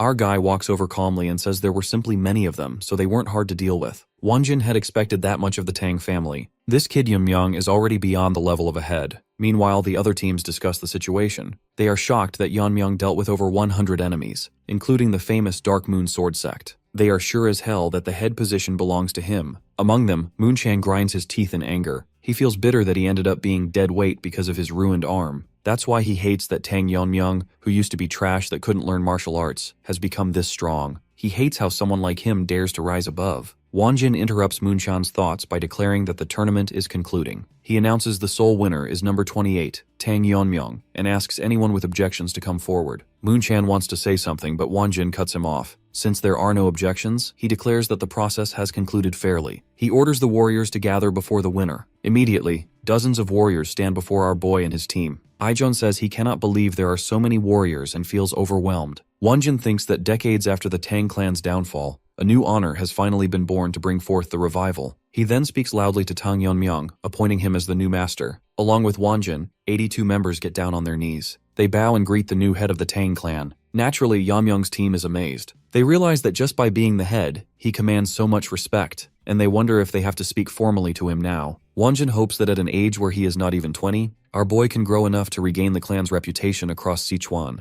Our hero addresses them, stating he knows what they want. He promises it won't take long to make it a reality, and asks them to trust him. As a result, the warriors look at him with respect, feeling like he read their thoughts. The weight of his words proves he is the true leader. Consequently, they all pledge to follow Tang Yeonmyeong. Our guy tells them to get ready because they are going back to the main house. As they leave, Moonchan watches them. He is furious, asking himself why Yeonmyeon gets everything. That is why he vows to get revenge no matter what, even if he has to sell his soul to the devil. With a final glare, he promises to bring our boy down. Later that night, Taehyo of the joint sect walks through the arena, looking at the bodies. He says he came as soon as he heard of the situation. Suddenly, a man descends from the sky and lands with a high impact. It is Hyunso. He scolds Taehyo for going alone, saying that now that he is at the top, he must act the part. Taehyo ignores him and notes the silence, while Hyunso finds it is impossible to sleep next to a mountain of corpses. He notes the unusual thing is that over 300 people were killed. He wonders if it is because an old eagle is better than a young crow, referring to the Tang family's past prestige. However, he recalls there were fewer than 100 family members on the mountain. Taehyo agrees it is strange, explaining that the mountain is an open area, so they should have heard of something this big happening. Hyunso suggests the Tang family might be moving while purposely avoiding them. He wonders why they would hide this, especially since they sent valuables in honor of the tournament. Then, Taehyo examines a body. He wonders if the Tang family's blade technique has really declined this much, and asks how many people were killed by a sword blade. Hyunso is confused, so Taehyo corrects him, shouting that it wasn't a sword, but a short blade. He asks if Hyunso realizes these corpses are the work of one person. Taehyo says his eyes cannot be deceived. He explains that most bodies show signs of being defeated by a learned sword technique, but there are no signs of mastery, which is why the cuts are all over the place. However, seeing those who couldn't even draw their weapons means they were dealt with in a second. Finally, Taehyo concludes there cannot be many people with skills like this. He decides he must meet this person and declares they are going to Sichuan. Hyunso asks his master if they are really going to Sichuan, as he worries about accidentally running into the killer. Taehyo scoffs, asking if Hyunso has forgotten that he has reached the top. He is confident that it won't be difficult to protect himself, while Hyunso is also worried about himself. Taehyo insists that even if the killer is a fool, he wouldn't hesitantly start a fight with him. Hyunso sighs, knowing he cannot beat his master's stubbornness. Instead, he suggests they go back to their clan first to inform the head. Taehyo smirks and agrees, noting that currently, the Black Death Alliance is in the south, the demonic cult is in the west, and things are tough for the joint sect. As Hyunso watches his master depart, he suspects Taehyo plans to visit the Tang family to make a deal. His master wants the Tang family to deal with the Black Death Alliance and then defeat the demonic cult. However, Hyunso believes the Tang family has been ruined for a while, so he doubts things will go as planned. He hopes there won't be a need to use his demon sword technique. Meanwhile, in a room, Elder Samu Jangro writes a talisman on paper. Just then, a man reports that the warriors have brought the competition participants back. The elder thinks the competition ended faster than expected, and consequently assumes Tang Young Ryung won easily with her skills and the fire dragon poison. But the man hesitates and points out that he does not see Miss Ryung among those who returned. As a result, the elder shouts in shock. At the main gate, two guards discuss who the winner might be. They are shocked to see a large group approaching, led by our protagonist with his team and the remaining participants. The guards recognize the Tang family symbol and immediately realize the competition is over. Word spreads quickly through the town, and everyone gathers, amazed that the competition ended so fast. They are excited to see the winner, while the crowd wonders who the handsome man leading the group is. The girls blush seeing Yeonmyeong's face. Suddenly, a man in the crowd shouts for his daughter, Soi, and the girl waves to her father. The father is relieved, mentioning he heard many people died. Everyone reunites with their relatives. However, some parents cannot find their children and start crying.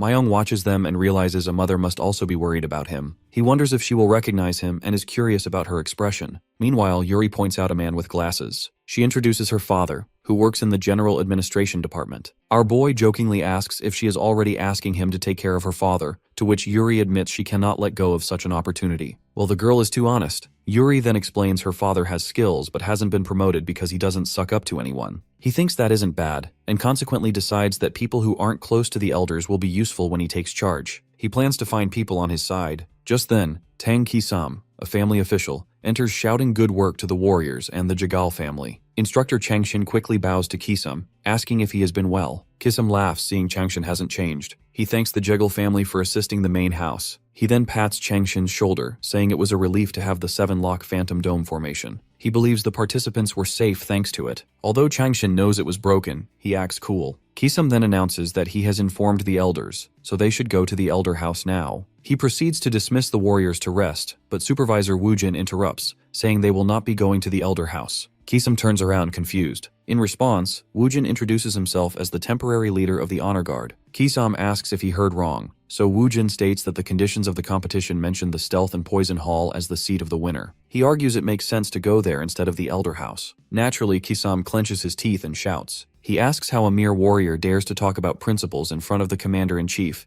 and then orders them to disperse immediately or face punishment. Woojin realizes they are being told not to talk back to the elders, which was an expected resistance. Suddenly, our protagonist walks over to Kisam and asks who in the world Kisam is. Our boy introduces himself as the winner, Tang Yeonmyeong. Later, Kisam reports the situation to the elders. The elders ask who the winner is, and he hesitates before revealing it is Tang Yeonmyeong. In response, an elder gets angry. He slams his hand on the table, shouting that it is impossible. He is in disbelief how that brat could win against the fire dragon poison. Other elders mention that even their disciples, like Gukrin, lost. Furthermore, Elder Seok thinks it is impossible for Yeonmyeong to have beaten Gukrin in just 3 years. He suspects our protagonist used a trick, and an elder suggests they should get to the bottom of it. The fourth elder agrees, asking how Yeonmyeong beat every potential candidate and demanding to question the boy. However, Kisam hesitates. He remembers the scene at the gate. Flashback to the gate. Our protagonist told Kisam that only the family head can order the heir. He stated that just because the head's position is weakened, it doesn't mean the elders can order in their place. Kisam insisted on punishing them as protesters, shouting that Yeonmyeong hasn't been officially acknowledged yet. He worried his position would be in danger if someone with a grudge against the elders became the head. Therefore, he warned Yeonmyeong not to get on the elders' nerves. Suddenly, Yeonmyeong raised his eyes, glowing green with murderous intent. He burst out with immense energy that hit Kisam. Kisam was terrified, realizing he would die if he irritated the boy further. Finally, our boy declared that whatever the loser elders think, they will follow the terms of the competition and go to the stealth and poison hall. He told Kisam to let the elders know that now with the competition coming to an end, their reign is also over. When Kisam tells the elders everything, they are furious. In a fit of rage, one elder splits the table in two, screaming, "How dare that fool act this way?" Another elder suggests that this might actually be good, especially since Tang Yeonmyeong hasn't been officially recognized as the leader yet. Because of this, he suggests they strip him of his position to teach him a lesson. The 4 elders agree to go to the stealth and poison hall to assess his capability, and one elder immediately orders the warriors outside to prepare to move. He summons the master of the Blue Dragon Force, who arrives and accepts the command. The elder then vows to show that rascal the true reality of the Tang family and who the real masters are. Meanwhile, at his home, Tang Jokhui is amazed. He asks Myong if he really won the competition, and our guy confirms it. Jokhui believes that our boy's aura is incredibly strong and that his sister would be pleased. However, another man is angry. It is Tang Jihyuk, the Poison King and father of Moonchan. He asks if Myong really thinks he won, causing our guy to remember Jihyuk's words from 4 years ago. Back then, Jihyuk threatened to make him and his mother pay for what happened to Moonchan's arm. But back in the present, our hero recalls how Jihyuk talked big back then. He warns Jihyuk to be careful with every word and deed while staying at the Tang house. With a flash of killing intent, our guy says that otherwise, Jihyuk might end up disabling his son's remaining arm as well. Outside the house, Supervisor Woojin recalls Kisam saying our hero is the son of the Poison Phoenix. He remembers asking our hero about it earlier, though our boy said they could discuss it later. As he waits, Woojin thinks back to the conflict with Heaven's brilliant demon lord. He recalls how family warriors fought for their lives. Specifically, when the Tang family was losing, men arrived holding the head of the previous lord. The enemy pushed forward, disregarding poison and death, so Woojin remembers requesting support from the elders to counter the attack. However, the elders refused, claiming that if they fell, the family would face destruction. Woojin believes that if they had helped, they could have reduced the damage. Instead, the elders blamed everything on the Poison Phoenix, claiming she almost destroyed the family. Suddenly, Woojin realizes the Poison Phoenix accepted being deposed to protect her young son. He turns to his troops and says he believes they noticed who the current master is, declaring that to those who failed their roles that day, another chance has come. But just then, someone shouts, "Stop!" from behind. Inside the hut, our hero notices the commotion and decides to go out. Outside, the elders and their troops arrive, and one elder asks if they think they can defy the council and be safe. Woojin is surprised that the elders mobilize their own forces, especially when the elder demands they bring Yeonmyeong to him. Our guy walks out, saying there is no need to fuss since he is already there. Tang Jokhui points out that the third elder and others have arrived, but the elder shouts that our hero dares to claim the leader's seat without permission. As our guy descends the stairs, he states he has already proven his qualification by winning. He mentions they are verifying fairness at the Stealth and Poison Hall and asks what more they need. In response, the elder shouts about our protagonist's nasty nature and disrespectful language. Woojin tries to intervene, but the elder interrupts him. He demands our boy confess everything that happened in the exam if he wants to live. Our hero replies that he heard what happens in the competition is unspeakable. He then mocks them, asking if the family rules are lighter than expected or if they think he gained an unfair advantage. That's when the elder reveals he heard from the Jago Lord that there was interference from the Dark Moon Sword Sect and nearly 300 villains. He argues that with outside interference, the competition cannot be fair. However, our boy explains that Tang Gukrin and Tang Young Ryung killed other participants, and he ended the competition by killing them. He argues their intervention was after the competition, so fairness isn't an issue. The elder gets angry and asks, "Who killed whom?"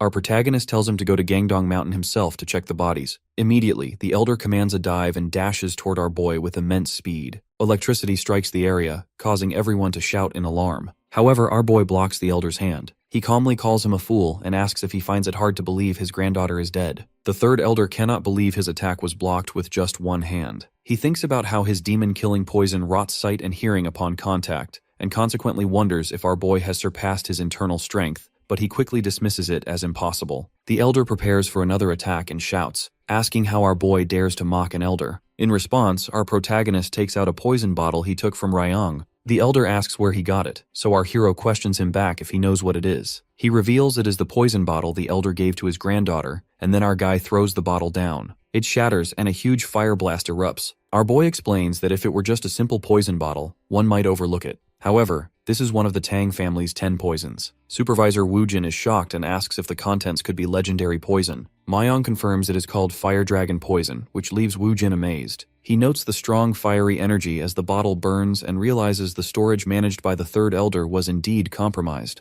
The elder is completely shaken. Our hero then turns to Wu Jin and asks if the 10 poisons are so trivial that they can be used for personal greed. Wu Jin says absolutely not, explaining that it is dangerous enough to challenge even the most skilled warriors. Since the recipe is lost, the remaining poisons are more valuable than gold. Therefore, he concludes that using them for personal gain warrants severe punishment. Immediately, the other elders shout in protest. They ask how Wu Jin dares to mention severe punishment to a clan elder and order the guards to seize him. Our protagonist quizzes them if they think holding the title of elder allows them to evade clan rules. He assures the elder he will at least die honorably, and with that, our boy uses a flame technique. The elder's body turns into rock and shatters onto the ground, leaving everyone amazed and scared. Our hero is hoping that the elder's granddaughter awaits him in the afterlife. He calls him a corrupt elder who has no right to judge the family head, only he will decide where he stands. While Wu Jin thinks it is outrageous yet impressive how our protagonist stands so boldly before the elders, he realizes the fate of the Tang family may change here. Another elder gets angry and orders his troops to attack, shouting for them to restrain our hero immediately. However, our boy speaks to the Grand Elder, Tang Seok-jung. He asks if the Grand Elder knows his disciple endangered the family, but the Grand Elder asks what he is talking about. Our boy asks if he really didn't know his disciple was a spy for the Dark Moon Sword Sect, at which the Grand Elder shouts that it is nonsense and accuses our guy of framing him. However, the boy points out that the Dark Moon Sword Sect invaded the contest area, but the Grand Elder demands evidence of conspiracy. Suddenly, Myong says he will tell him. From behind, John Gil, the vice director's son, steps forward. He takes off his robe and reveals he is the sole witness. John Gil explains that before meeting Yamyang, he fought with Tang Gukrin and got these wounds, showing the cuts all over his body. He states that these wounds cannot be made by poison or stealth techniques, but by a sword technique. Furthermore, he adds he didn't realize at the time, but it was likely a double sword technique. The Grand Elder tries to make an excuse. However, other elders interrupt. One says it is not mere speculation, recalling seeing the disciple use a sword technique from a distance. He notes the wounds on the bodies were very similar to John Gil's wounds, which John Gil confirms. He adds that before Tang Gukrin tried to kill him, he confessed he was a spy named Mak Inguk. Consequently, the elders murmur among themselves, recalling the rumor about a discarded bastard named Mak Inguk born to a maid. They realize it is true, so our hero turns to John Gil and thanks him for stepping forward. John Gil smiles and says he owes our boy his life, so it is only right to repay him. By now, the Grand Elder is completely shaken. He realizes his disciple really was a spy.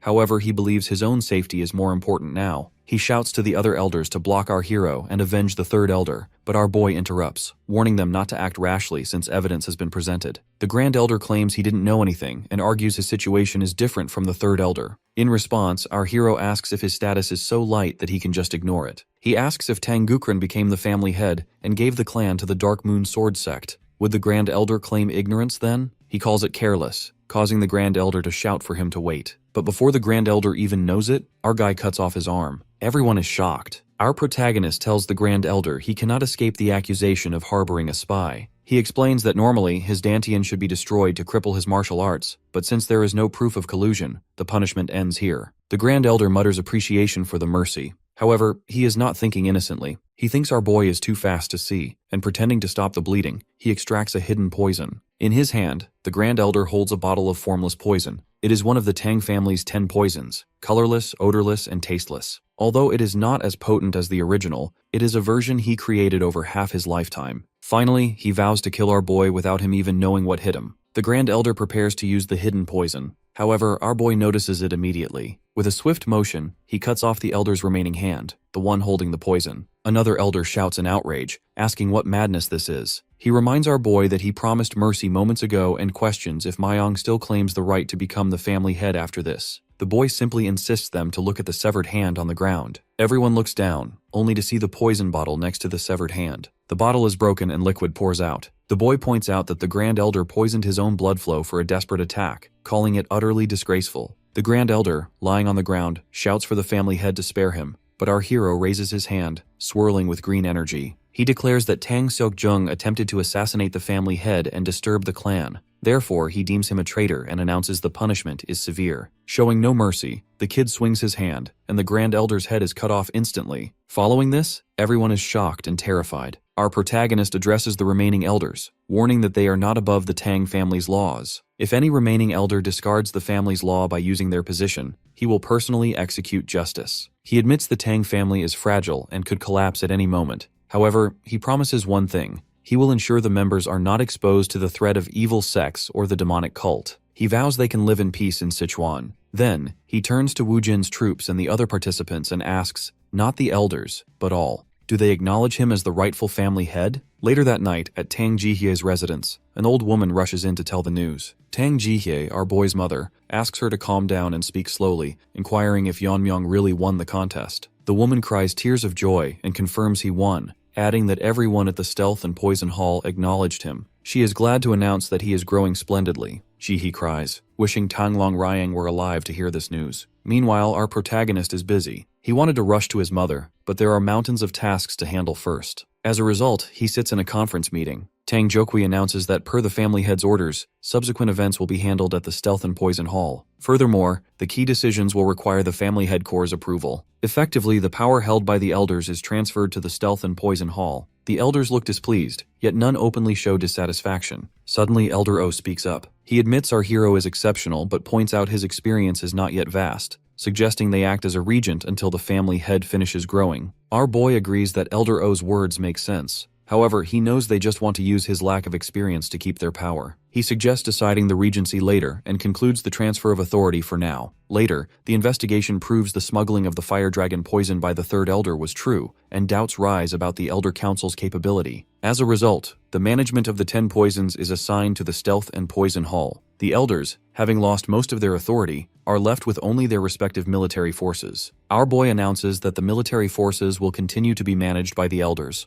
However, from now on, the elders must bear the cost of maintaining them personally. Naturally, the elders are clearly unhappy. Our guy adds that if there is a budget allocated through the vice director, it should be removed. Since the Direct Command Troop and Sovereign Spirit Troop lost their affiliation due to the death of the Grand Elder, no one has taken responsibility. Consequently, our hero combines them into the Shadow Troop and assigns them to the Stealth and Poison Hall. Their mission changes to external defense, and their salaries are adjusted to match existing guards. Some troops voice discontent with the lower pay and status, so our boy faces them. He wants them to forget the privilege they once held, because their military strength was neglected. He warns them that if they don't want to be dismissed, they better fulfill their duties. Furthermore, he threatens severe punishment for neglecting duties or causing friction. With that, he silences them easily. 2 days later, Instructor Jigal Changshin and other instructors bow in front of our boy. The instructor addresses him as family head, though internally, Changshin is nervous. He realizes our guy used force and legitimacy to dismantle the Elder Council and worries that one wrong word could lead to disaster. Our boy apologizes for neglecting them due to his busy schedule, then says there is something he would like to ask them. The instructor looks at our hero and can barely believe he is the same participant number 28. Our protagonist notices the look and asks if he is surprised by the clothes, explaining his subordinates fussed about dressing appropriately. Changshin thinks that even though our guy isn't officially the head yet, he is clearly declaring ownership of the clan. With a hesitant voice, he asks what the request is. Mayong explains he heard the defensive formations of the Jigal family are remarkable and requests to have that formation installed here to keep evil sects at bay. However, Changshin apologizes. The main clan formation cannot be installed without his head's permission. Not to mention, it requires precise items passed down as family treasures and several formation masters to pull that off. Just then, needles escape from our boy's hand, and green energy fills the room.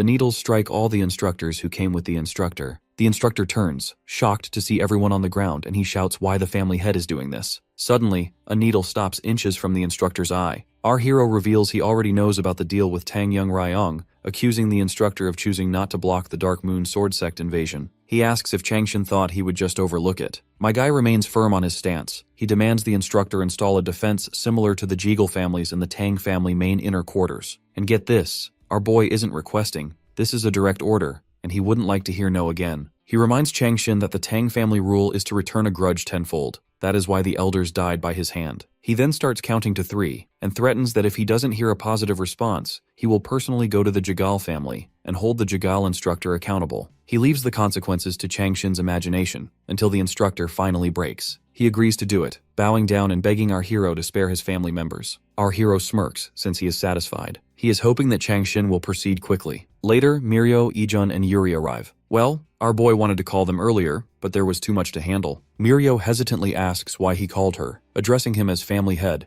However, our boy laughs since there is no need for formality when it's just them. He wants them to act as they always do, but Yuri isn't sure if it is really okay. Immediately they relax and put their legs on the table and shout our boy's name brazenly. This makes the head sigh, who wants them to be at least a little formal. Moving on, Yuri stretches and asks why he called them, so our hero announces he just appointed her father as a chief officer. The girls shout in shock. Mayung also vouches her father is definitely capable, therefore she should seize this golden opportunity. Yuri is happy but worries if it is okay to confirm it just like that, assuming there must have been opposition. Our hero admits silencing the opposing voices wasn't difficult, yet he warns her that it would be troubling if her father neglects his duty or embezzles. Yuri quickly defends her father, saying he is not that kind of person, so our protagonist tells her to help her father adapt to the duty. Yuri thanks him, almost crying with emotion. Afterwards, our boy turns to Mirio and Ijun. He called them to ask about their situations, as he plans to recruit people with outstanding ability who were rejected by the elders. Mirio says she doesn't really have anyone to recommend, so our hero asks Ijun about the Medicine King Hall, noting he is related to it. Ijun hesitates, admitting he has been wondering whether to talk about it because it is related to Yeonmyeong too. He reveals that the Medicine King Hall was involved in Yeonmyeong's father's poisoning. Hearing this, Mirio and Yuri are shocked. Yuri slams her hand on the table, shouting how they dare lay a hand on the heir's family. But our hero stops her and asks Ijun to continue. Ijun explains that the Medicine King Hall is secluded and independent from the Elder Council. They maintain their finances by treating patients and selling medicine. Furthermore, even after the Heaven's Brilliant Demon Lord incident, the Tang family survived thanks to their funds. Ijun reveals his grandfather was the leader of the Medicine King Hall but was dismissed. He explains that Yeonmyeong's father visited his grandfather daily and stood up against those who slandered the hall. However, since his father lacked internal strength, he suffered deep internal injuries from the fights. Hearing this, our boy realizes his father fought back despite everything. Ijun continues, stating the dispute exploded when the vice leader, Tang Il, made unspeakable slander about Yeonmyeong's mother. Tang Il tried to use martial arts when he lost the argument, but Ijun's grandfather intervened. Because of that incident, Tang Il was excluded from being a candidate for the next leader. Our guy asks if Tang Il harbored resentment and poisoned his father, and Ijun confirms it. He adds that Tang Il killed Yeonmyeong's father and overturned the Medicine King Hall. In addition, he also poisoned Ijun's grandfather and imprisoned him. Mirio asks why this wasn't made known, but Ijun says no one would step forward to explain. He entered the contest to survive, hoping they wouldn't kill someone who knew the truth. Suddenly he starts crying, saying he is too afraid to check his grandfather's condition. He apologizes for not finding talent for Yeonmyeong, but our boy asks why the vice leader kept the grandfather alive instead of killing him. Ijun suspects there is a secret division within the hall, mentioning an inner pill made from a mythical creature, the 10,000-year fire carp. Yuri and Mirio are amazed it exists, so our hero asks what an inner pill is. Ijun explains it enhances inner strength, recounting a legend about a lord who achieved the fire realm by consuming it. Ijun warns that the pill contains strong poison. That is why, if taken without neutralizing it, it leads to death. Furthermore, if the poison is removed clumsily, the effect diminishes. Our boy asks if Ijun's grandfather is the only one who can preserve the efficacy without removing the poison, and Ijun says yes. He explains the current leader plans to consume the pill, ascend to the fire realm, and lead his followers out of the Tang family to start his own sect. Naturally, the group is angry at the rebellion. Myung thinks the man is foolish to seek the fire realm without true enlightenment. Our guy thanks Ijun for his honesty and then asks one more thing. If they purge the current members and restore the grandfather, can the Medicine King Hall function properly? Ijun clenches his fist and says it is possible, believing he can teach new recruits if necessary. Our boy smiles and says that will do. He tells Mirio they will finish her story later, then stands up and declares they will head to the Medicine King Hall right away. Ijon asks if our hero is sure about not visiting his mother first, but our protagonist says she will understand. He states that as a family head, he cannot leave a conspirator alone. Above all, his mother wouldn't want him to stand idly by after hearing what his friend endured. This makes Ijon tear up. Finally, our boy opens the gate and vows to completely erase the Medicine King Hall that Ijon used to know. Inside the Medicine King Hall, the current chief, Tang Il, is annoyed. He has heard that Tang Longryang's son has become the family head, and he finds this troubling. He also worries because Tang Ijon has not returned to the hall yet. He knows Ijon is not the type to abandon his grandfather. However, he assumes Ijon must value his own life. Tang Il thinks he could kill the grandfather any time, but the problem is the inner pill. To fully absorb the pill's energy and reach the fire realm, he needs the old man to speak. Unfortunately, the grandfather won't talk even if he regains sanity. Tang Il debates removing the poison himself, but fears messing up and ruining the pill. Just then, a disciple runs in, shouting that the clan head is here. Tang Il shouts for him to be quiet. Meanwhile, outside, the Tang clan warriors are taking down the Medicine King Hall guards, clearing a path for our boy and Ijon. Later, Ijon confronts the members and asks why they are doing this. Mayong asks Ijon if he found his grandfather, to which Ijon grinds his teeth and says no. He searched everywhere but found no trace, so he shouts at the men, demanding to know where they hid his grandfather. The men look at each other and claim they don't know. Immediately, our hero commands Supervisor Wu Jin, and Wu Jin cuts off the heads of the men who lied. Our boy looks at the survivors and asks who they are trying to deceive with those shifty eyes. He warns them not to test his patience and tells them to speak. Terrified, they finally confess, revealing that after the contest began, the current leader instructed them to imprison the former leader in the Noyak. Ijon is horrified. He asks how they could imprison his grandfather in such a place, explaining that Noyak was made to isolate infectious patients, but it was closed because the cold and damp environment worsened their condition. Our hero declares that he and Ijon are going into the Noyak and orders the Bongui Brigade to clean the hall and wait at the entrance. Woojin is more than ready to obey. In the meantime, the Medicine King Hall members beg for mercy. However, Wu Jin and his men draw their swords and start slashing them. Going deep into the cave, our boy notes the depth and thinks Noyak fits the place perfectly. They are almost there, until they finally reach the entrance. Ijon sobs, fearing they are too late, but Myung tells him not to worry because his grandfather is alive. Ijon asks if he is sure, and our boy confirms he found him using his green energy. They enter the cell, and Ijon shouts that it is his grandfather. Our hero steps forward and cuts the cage rods. Ijon rushes to his grandfather and cries, "The old man's condition is worse than before." He suspects they used the mountain-subduing poison, so our guy asks what else they used besides that. Ijon lists Thunderbolt and Idiocy poison, which affects the brain to make one an idiot rather than kill them. He explains the poison spreads to the brain, consequently making antidotes ineffective without early intervention. Myong says it will be simple, leaving Ijon amazed. Our protagonist tells Ijon to hold him steady as he places a hand on the grandfather's chest. He plans to inject his inner energy to devour the poison using the poison-devouring frenzy, along with universal poison absorption. Suddenly, Grandpa's dark skin reverts to normal human color, and his hand twitches. Ijon is amazed. Our guy thinks his technique has devoured extreme poisons many times, so he carefully absorbs the poison without harming the frail body. Ijon shouts that his grandfather is breathing and his complexion has improved. Our boy smirks and tells the old man to rise, at which the grandfather opens his eyes. He mutters, asking where he is, and then he sees Ijon and recognizes him. Then he looks at our hero and asks if it is Long Ryang. Later, after the grandfather fully regains consciousness, they explain everything.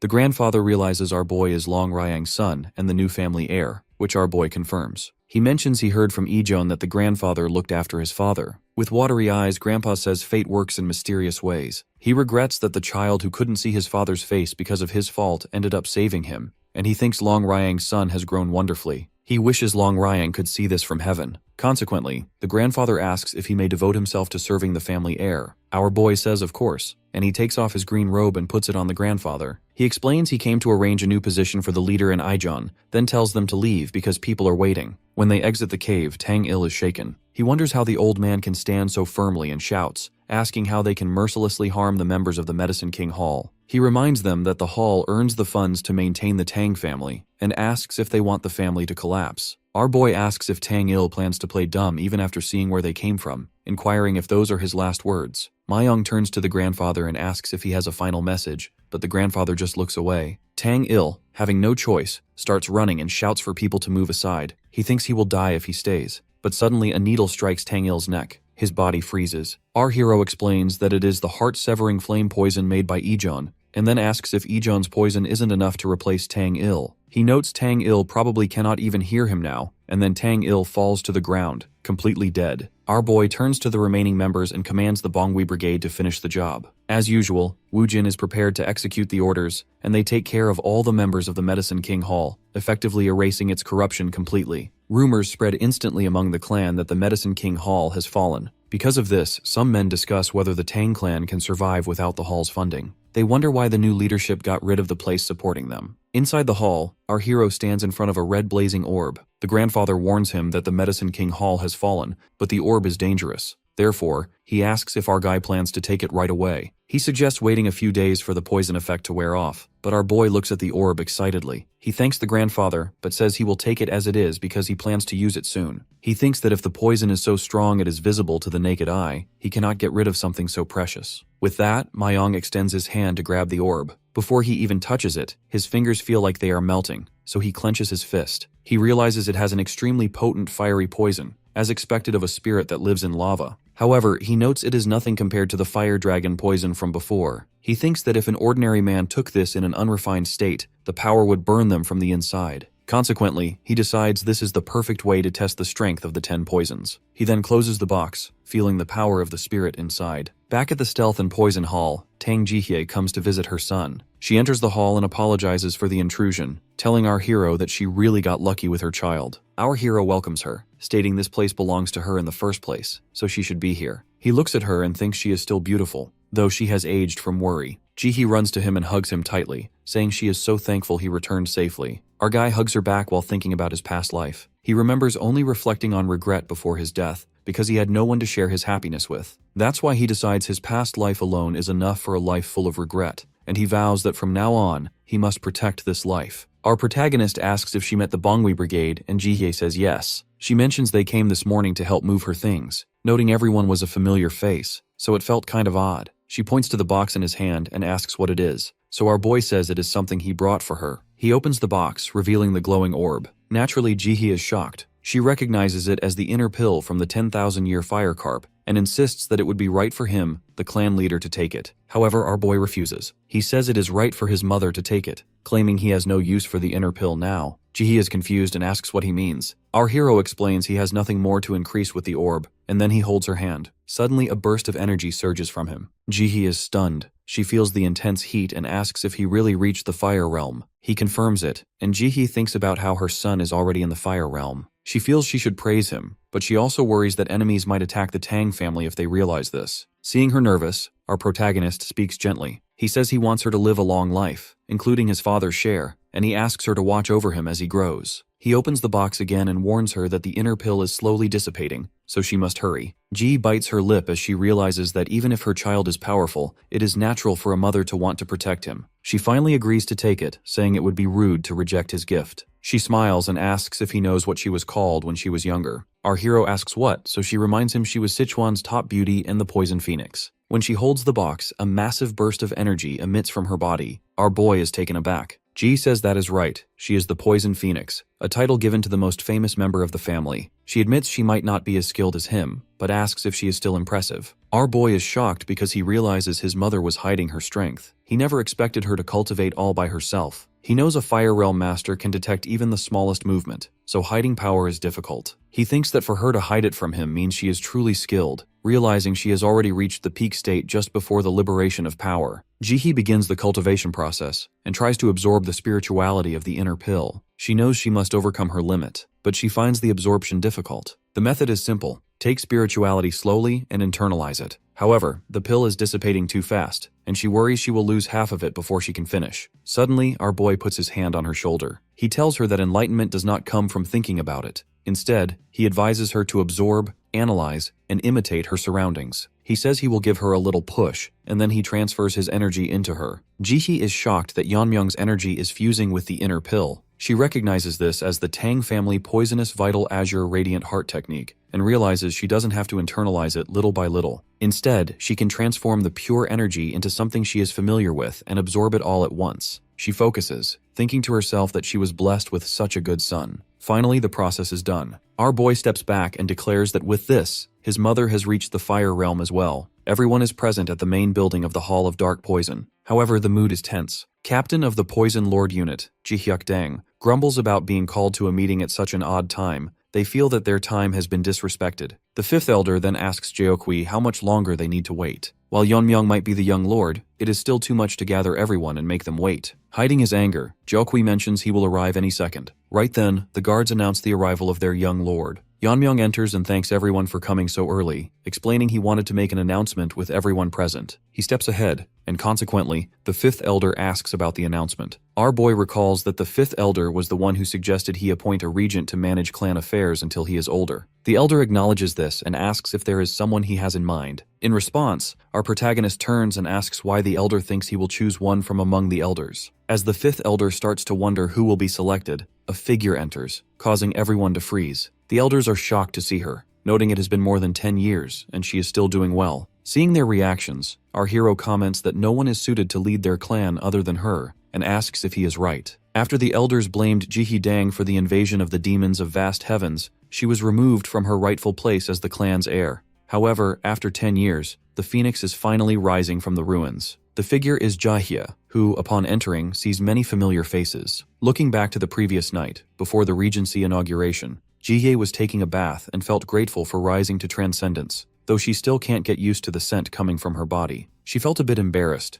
thinking the maidservant did not deserve to see her like that, then noted she needs more practice manifesting her internal energy. After entering the realm of transcendence, she can now see where Yeonmyeong stands and consequently notices he is close to the next stage of transcendence. She recalled that even the Lord of the Unorthodox Coalition achieved transcendence only after turning 20, and wondered if something extraordinary happened during the higher selection process. She smiled faintly, believing there is still a lot she and her son need to do that night. Afterwards, our protagonist clapped and congratulated his mother on ascending to transcendence. They sat together at the dining table, chatting happily. Jihye wondered how her son attained transcendence, as she still cannot believe how much he has accomplished at such a young age. Internally, our boy admitted it is a valid question, but he cannot simply tell her he attained enlightenment based on memories from his past life. Therefore, he decides to reveal what happened during the process. He asks Jihye if she knew the third elder smuggled one of the 10 poisons into the trials. Jihye nods and points out he gave the fire dragon breath poison to his granddaughter. To her surprise, Yeonmyeong reveals he drank the poison. She worriedly asks how he could do such a reckless thing, pointing out that he could have died. Our hero shrugs off her concern with a casual laugh, and then reveals that during the goo poison battle, Yongrayong poisoned him with one of the 10 poisons. Surprisingly, he attained enlightenment on how to convert poison into internal energy, and consequently rose to transcendence. His mother jolts in surprise, thinking it is interesting that enlightenment can be attained in different ways. On the other hand, our boy is happy to see she has accepted his explanation. His mother then points out that she heard from a maidservant while bathing that the Hall of Medicine was taken down, and asks if it was his doing. This time, our protagonist decides to speak the truth, as it also concerns his father, so he nods. He explains everything to her, and after listening, Jihye clenches her fist, saying she hoped it was not true. Then, she worriedly comments that it must have been hard for Ijeon, and mentions she has a favor to ask. When Yeonmyeong asks about it, his mother states that after becoming a widow, she lived in hiding for years, fearing for our boy. That's why she wishes to build a foundation so no one will try to take his place as the future leader. Listening to her, our hero smiles softly. Now, in the present,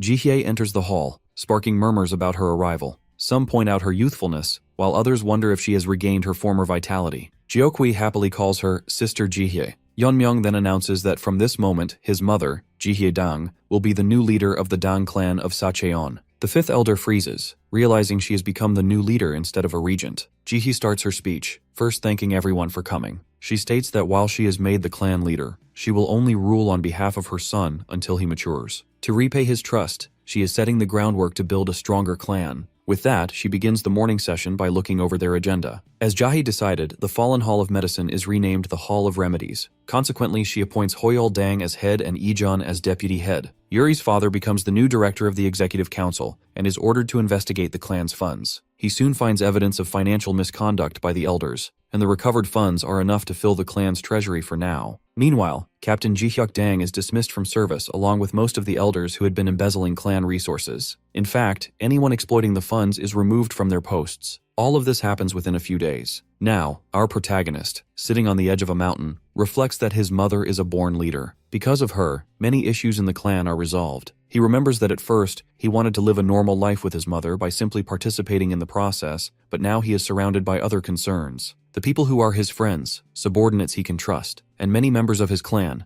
These are all people he wants to protect in this life. However, it is almost humorous that he was not even able to protect himself not long ago. In the present, though, our boy is determined to grow stronger so he can protect his clan from the Lord of the Dark Unorthodox Coalition and the Demon Lord of Vast Heavens. Meanwhile, news that the Dang clan has a new lord reaches the Lord of the Dark Unorthodox Coalition. He receives a report that Inhu Mag and Yunsung Jiang were defeated by the Dang clan's young lord. Heartfire sect leader Seol Yunyo reports that those two were part of the coalition and are known throughout the unorthodox sects. She suggests they wipe out the Dang clan before they regain power. However, Lord Giljun Yu shakes his head. When Seolyeon reminds him that eliminating their own subordinates is the same as challenging his authority, Giljun becomes furious. He warns her to leave the Dang clan alone, insisting they can still use it. He emits a strong aura, and consequently, Seolyeon starts to tremble as he glares at her, coldly stating that those two fools attacked the Dang clan without his orders and paid a heavy price. He soon returns to normal, stating it was better for them to die at the hands of the Dang clan's leader than face his wrath. He smirks, finding our hero interesting for managing to eliminate those two. Finally, he orders his guards to send a letter inviting the young lord of the Dang clan to the upcoming banquet of Sacheon. In Jihee's room, Yeonmyoung praises his mother for doing a perfect job for the clan. However, she comments that she isn't sure how well she has done, since it's been a while since she handled clan affairs. At that moment, he notices his mother is hiding her internal energy again. Jihee feels surprised that her son has detected this, but internally our hero admits that this time, he can barely sense it. Still, he wonders if there is any reason to hide it even after rising to transcendence. To that, Jihee states she is not simply holding back her strength, as she is using a secret technique from their clan called Hidden Energy Presence. She also suggests he use the technique, but he grows confused since he doesn't see any reason to do so at the moment. Then, his mother begins telling a story about one of their ancestors, the very first firefighter of the Dang clan. During his time, a terrible plague spread through a one-clan village in Sacheon. Even though food was abundant, the villagers appeared extremely weak. With no funerals being held, bodies had to be burned to prevent the spread of disease. Consequently, the village was nearly wiped out by the plague, but a 10-year-old boy remained. The boy was unaffected by the disease, and the only explanation the villagers could come up with was that he was the cause. Soon he was kicked out of the village, and during a storm, he sought shelter in a cave. He survived by eating leftover food that villagers had offered to the gods. 2 days passed like that, and he remained alone. On the third day, however, the villagers did not visit the temple. Everyone had died, and that boy was the only one left. He wondered why he alone was unaffected by the plague. Soon after, a mysterious group appeared before him because he was a child with an affinity for poison. The group was the most notorious assassin guild in the history of martial arts, the Moonshadow Poison Assassination Guild. This guild had kidnapped many children across the continent to train them as assassins, forcing them to take poison pills that required regular antidotes, making escape impossible. As the boy grew into an assassin, he discovered the body of a peer who failed to take the antidote on time. In that moment, he realized the assassin group was responsible for the plague that destroyed his home. After that, he did everything to become stronger, accepting and completing every difficult mission. Eventually, he succeeded in assassinating a Supreme Master Warrior. The guild leader then named him one of the 5 great assassins and offered to grant any wish he desired. However, the boy simply replied he needed nothing. Immediately after that, he began wiping out the entire guild, ascending to a higher realm in the process. Through the enlightenment gained in his battles with master warriors and the martial arts he learned at the guild, he created an ultimate technique called the Rain of a Million Flowers. With it, the Moonshadow Poison Assassination Guild disappeared in just one night. As the descendants of that boy began living in Sacheon,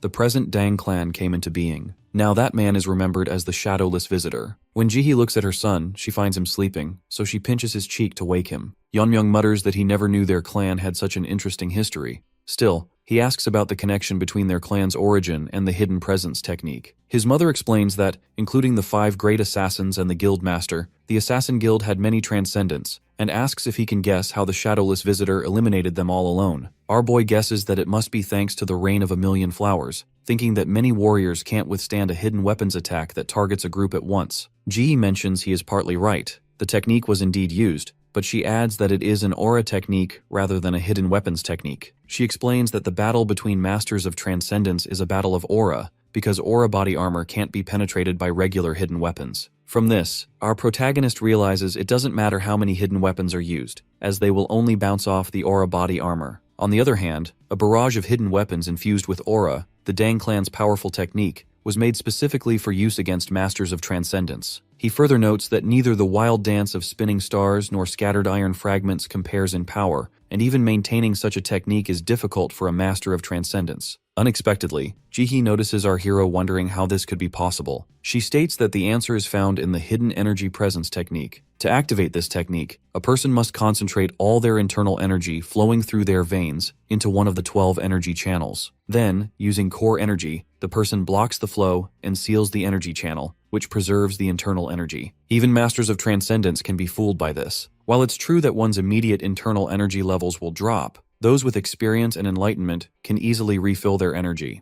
By repeating the process 12 times, sealing each internal energy channel, the core energy that protects the internal force comes together to form a new protective shield known as aura body armor. Jihee explains that the dragon scale offers better protection than regular aura body armor, and as its name suggests, is as strong as dragon scales. Yeonmyoung notes that, just like the fire dragon breath poison, everyone compares it to a dragon. His mother then adds that sealing energy channels not only protects the body, furthermore, if all 12 channels are released at once, then for a moment, one can use up to 10 times more than their original internal energy. When our protagonist asks if the rain of a million flowers can only be used after all channels are released, she tells him it takes more than that. She says there were important passages passed down with the hidden energy technique, but they were all lost during the battle against the demons of vast heavens. Even the passages passed down by word of mouth disappeared with the deaths of 2 elders. Still, Jihee believes her son will master the technique in the future, since he is her pride. Our hero agrees, thinking there is nothing that the poisonous phoenix's son cannot do. Soon, Yeonmyoung learns the hidden energy presence technique from his mother. Now sitting at his desk, he thinks that drinking poison is the best way to quickly refill his internal energy after it is sealed away. Others call it poison, but to him it is an elixir. He decides to ask Ijun to make some poison for him,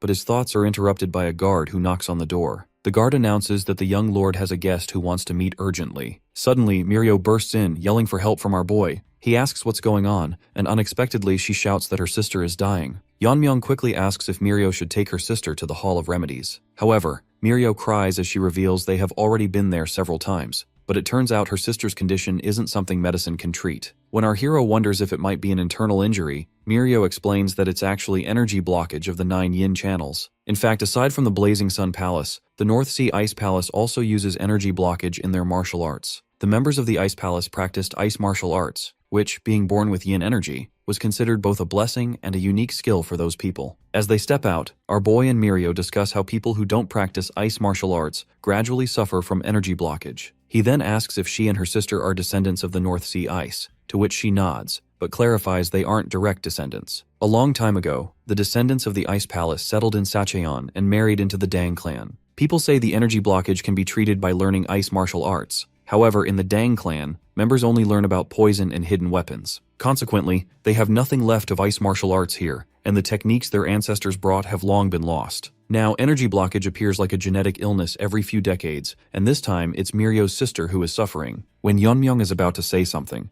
Mirio announces they have arrived at her home. Inside, her sister's condition has worsened. She is beginning to freeze, her eyes closed, and she is unable to awaken. Our protagonist notes that the room itself is freezing from the cold energy. He turns to Mirio, who is weeping, and tells her he can't promise anything because of her sister's current state. He explains that it looks like her sister has used her innate core energy to block her energy channels and fight the cold, but she is at her limit. As a last resort, she has even shut down her consciousness to focus on blocking the energy. While sobbing, Mirio asks if there is anything they can do. She pauses, and then our hero reveals that there is a way. They can try using external force to expel the cold energy, but there's a high risk. Her sister might not withstand the process, and he could be overwhelmed by the cold energy himself. Mirio imagines the scene in her mind, frozen with worry. Yeonmyoung frowns, wishing the odds were in their favor, but he knows he can't make a reckless decision since his friend's sister is at stake. Now all he can do is wait for Mirio's decision. He tells her to choose. Should they look for another way, or attempt his method? Breathing heavily, she states that they are here because they have no other option. With a heavy heart, she says she can't give up on her sister without even trying. She knows she is putting our boy at risk, but she begs him to save her sister. Then, our protagonist begins undressing Mirio's sister, prompting Mirio to question if it's really necessary. Embarrassed, he explains that her clothing will only get in the way of extracting the cold energy, and insists that a bit of embarrassment is better than death. With that, he starts the extraction process. In his mind, Yeonmyoung reviews the 9 yin channels, noting the middle of the forehead isn't a major concern, so he moves to the heart. He feels a moment of embarrassment, but then the cold energy resists extraction, and half of our hero's body becomes frozen. When Mirio expresses concern, Yeonmyoung assures her he's managing for now. He notes he has managed to extract the cold energy from 6 channels, but his body is reaching its limit from absorbing the cold. If this continues, he knows he'll freeze to death. He mutters that it would be much easier if he was dealing with poison, and suddenly, something comes to mind. He recalls Ijon's grandfather explaining why poison forms inside the heavenly orbs, saying that medicine and poison have the same roots. When a substance exceeds human limits, it becomes poison. Our boy realizes that even yang energy, essential for life, becomes fire poison when it exceeds safe limits. Therefore, he considers the bone-chilling cold energy as ice poison. He immediately activates the azure pool of poison lust.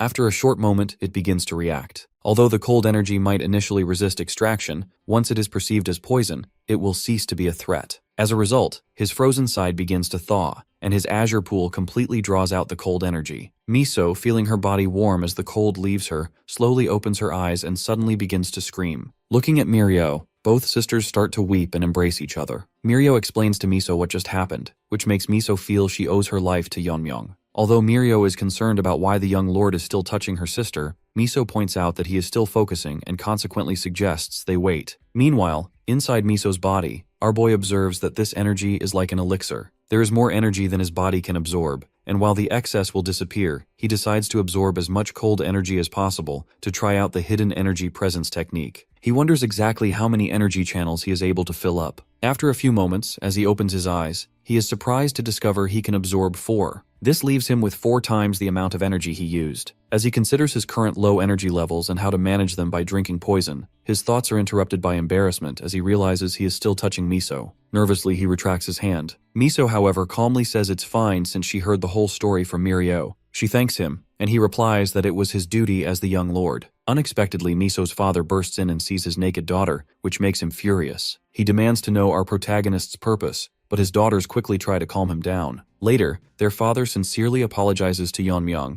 bowing repeatedly and asking for forgiveness. Our hero says he completely understands, acknowledging that it was an easily misunderstood situation. The father sobs, saying he cannot express enough gratitude now that his daughter can live longer. He met his wife as a merchant and chose to settle with the Dang clan. Sadly, she also suffered from energy blockage and passed away. To save his daughters, he spent everything searching for a cure but found none. He weeps as he thanks our boy for saving his family, vowing that he will do anything for him. Yeonmyoung explains that he only did what was needed. After that, our hero comments that the place is quite quiet for a merchant guild. Miso's father explains that after the collapse of the Dang clan and the Dark Unorthodox Coalition, they no longer venture outside the city walls. Consequently, the young lord bows, suggesting they discuss this later since he has something else to do. Before he can leave, Mirio and Miso appear, mentioning they haven't properly thanked him yet. Miso, now wearing a beautiful dress, expresses her deep gratitude for saving her life. Our protagonist blushes and then heads back. Miso, however, worries about whether he is truly fine, noticing he looks a bit dazed. She asks Mirio if she thinks the young lord hurt himself while treating her energy blockage, but Mirio teases her and asks if she's sad to see him go. Miso turns red and jolts, asking if it was that obvious. When Mirio nods, Miso covers her face with embarrassment. Mirio pats hair, saying anyone would react like that, and adds that her sister is the prettiest person she's ever seen. Mirio grins as she thinks to herself that the look on Yeonmyoung's face was similar when he saw Miso. Because of this, she is certain he is just as interested as her sister. Meanwhile, on his way back, our boy thinks about family. He imagines starting a family with Miso, having a son, training him, and eventually marrying him off and having grandchildren. He blushes, realizing he even imagined grandchildren. He smiles, never expecting to have such feelings for someone,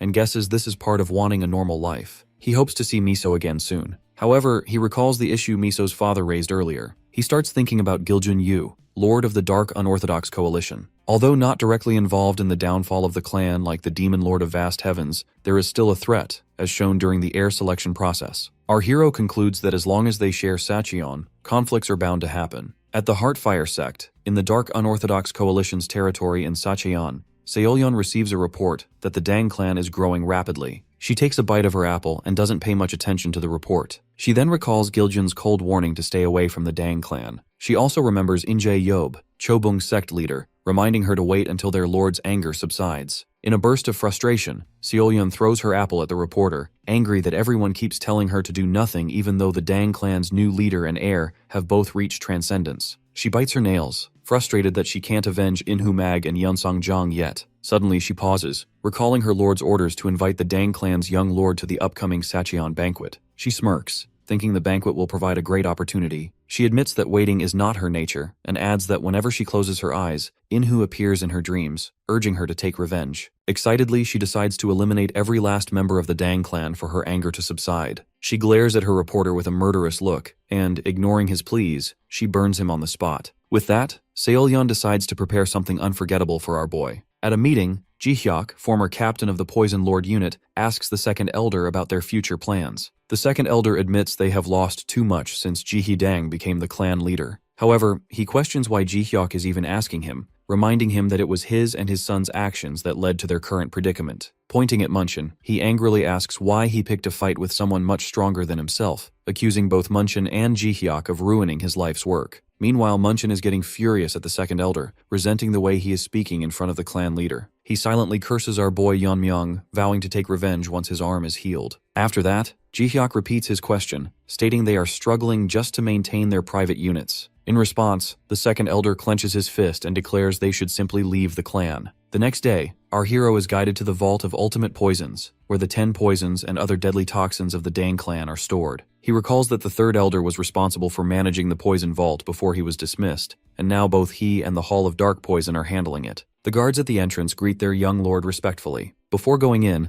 a guard hands Yeonmyeong a poison-repelling orb to protect him from the poisonous air inside. The idea is that the orb will filter out most of the toxins if kept in his mouth. Surprisingly, our protagonist says he doesn't need it, which startles the guard. Yeonmyeong shakes his head, pointing out that the orb must have been used by many people, including the third elder. Even though the guard insists it is cleaned every time and that our hero should use it even if he is immune, the guard gets punched by our boy and falls along with the orb. After that, Yeonmyeong steps inside the vault. He observes that it's well maintained, as this is where the 10 poisons are kept. He finally understands the guard's concern. If a normal warrior entered, they would be killed instantly. Even though his own energy is compromised due to the hidden energy presence technique, the air here is deadly. However, with his mastery of the azure pool of poison lust, walking through the vault feels like a walk in the park. He inhales the toxic air, enjoying it as if he's receiving poison therapy, and consequently feels his internal energy rising, though it's still not enough to restore him fully. That is why the best way would be to drink a poison as potent as the 10 poisons, but he remembers the clan law forbids using them for personal reasons. Because of this, he thinks he could have asked Ijeon for the recipe. Suddenly, he senses something unusual. The air feels distorted where he stands. Upon closer inspection, he realizes it's an illusion barrier. He wonders why there would be such a barrier in their poison vault,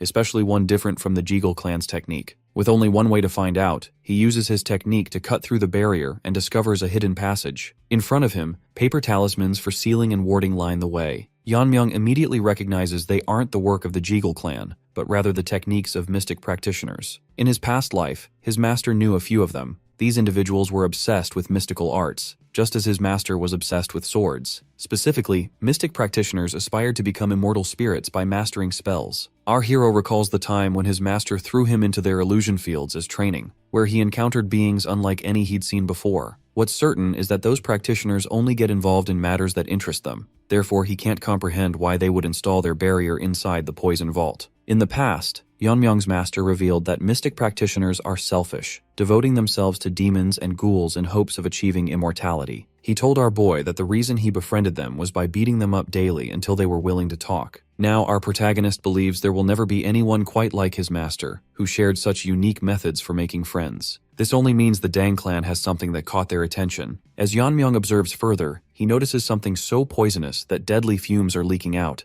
even though hundreds of talismans are in place to contain it. He grins, thinking that while he initially came to find the recipe for the 10 poisons, now he's found something far more intriguing. Consequently, he steps into the corridor to investigate. Meanwhile, someone inside senses an intruder. They observe that it isn't the shadowless visitor, and while they wonder how long it's been, they ultimately only care about being freed by our boy. Inside, Yeonmyeong finds the 10th poison, which he thought was lost. The poison jar is covered with talismans. As he reaches toward the jar, wondering what kind of poison requires such extreme measures, a resistance spell prevents him from proceeding. He notes the strength of the spell, realizing it will take significant effort to undo it. Determined, he channels his will to cut the talismans one by one, planning to remove those stuck directly to the jar as well. Skillfully, he slices off each talisman, wiping his sweat and noting that the hidden energy presence technique has weakened his energy. Normally, this would not have taken so long. As the talismans fall away, the poisonous air grows even thicker. Placing his hand on the poison jar, he prepares to see what's inside. Meanwhile, within the jar, a black spirit senses the restraints have vanished. Suddenly it sees the light. A violent explosion erupts, throwing our hero backward. Before he can react, a tentacle-like appendage reaches for him. He instinctively tries to seize it before it can grab him, but it catches his arm. The black spirit praises his quick reflexes but says it will give him a painless death for freeing it from the jar. When Yeonmyoung asks what it is, the spirit reveals itself as the blue-horned white snake, and immediately begins introducing itself as the pinnacle of venom.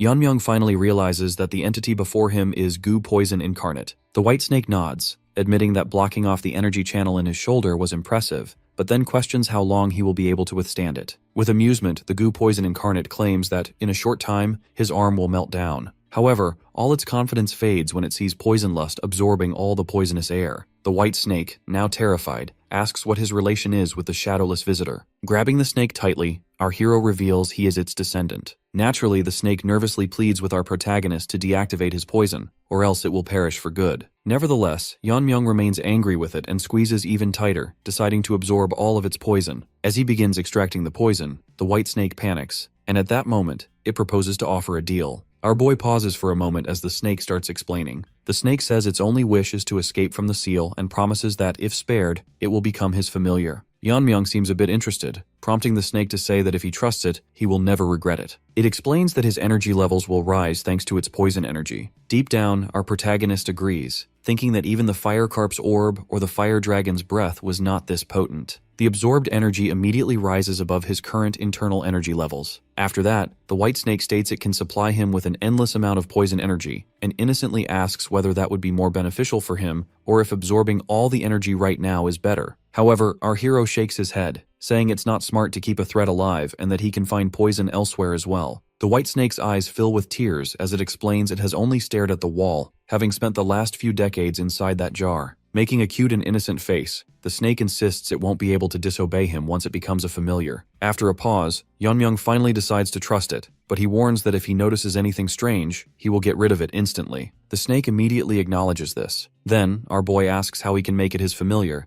admitting he does not know anything about mystic arts. The snake starts emitting energy and develops the thread of a soul, explaining that once he holds it, their souls will be linked, and the snake will become his familiar. With that, Yeonmyoung holds the thread of a soul. Meanwhile, outside, the guards discuss how long their young lord has been inside. They start panicking and wonder if something bad has happened to him. One suggests going in, but the other reminds them they are forbidden from entering the vault. Regardless, the healthy one puts the protecting orb inside his mouth and mentions that they may be punished, but that shouldn't stop them from saving their future clan leader. Before they can move, a bright light appears from inside the vault and the ground shakes. The door opens, and one guard worriedly asks if their young lord is alright, while the other sees him shining. Later, Yeonmyoung observes he can now activate aura body armor, dragon scale. Unlike the normal aura body armor, this one feels as if he is wearing actual armor. He smiles, recalling that he was able to fill all 12 energy channels once he made the white snake his familiar. Still, our protagonist plans to control his energy levels in public more, as he has already attracted a lot of attention on his way back. In the next moment, the white snake comes out and asks why Yeonmyoung has to worry about what others think of him,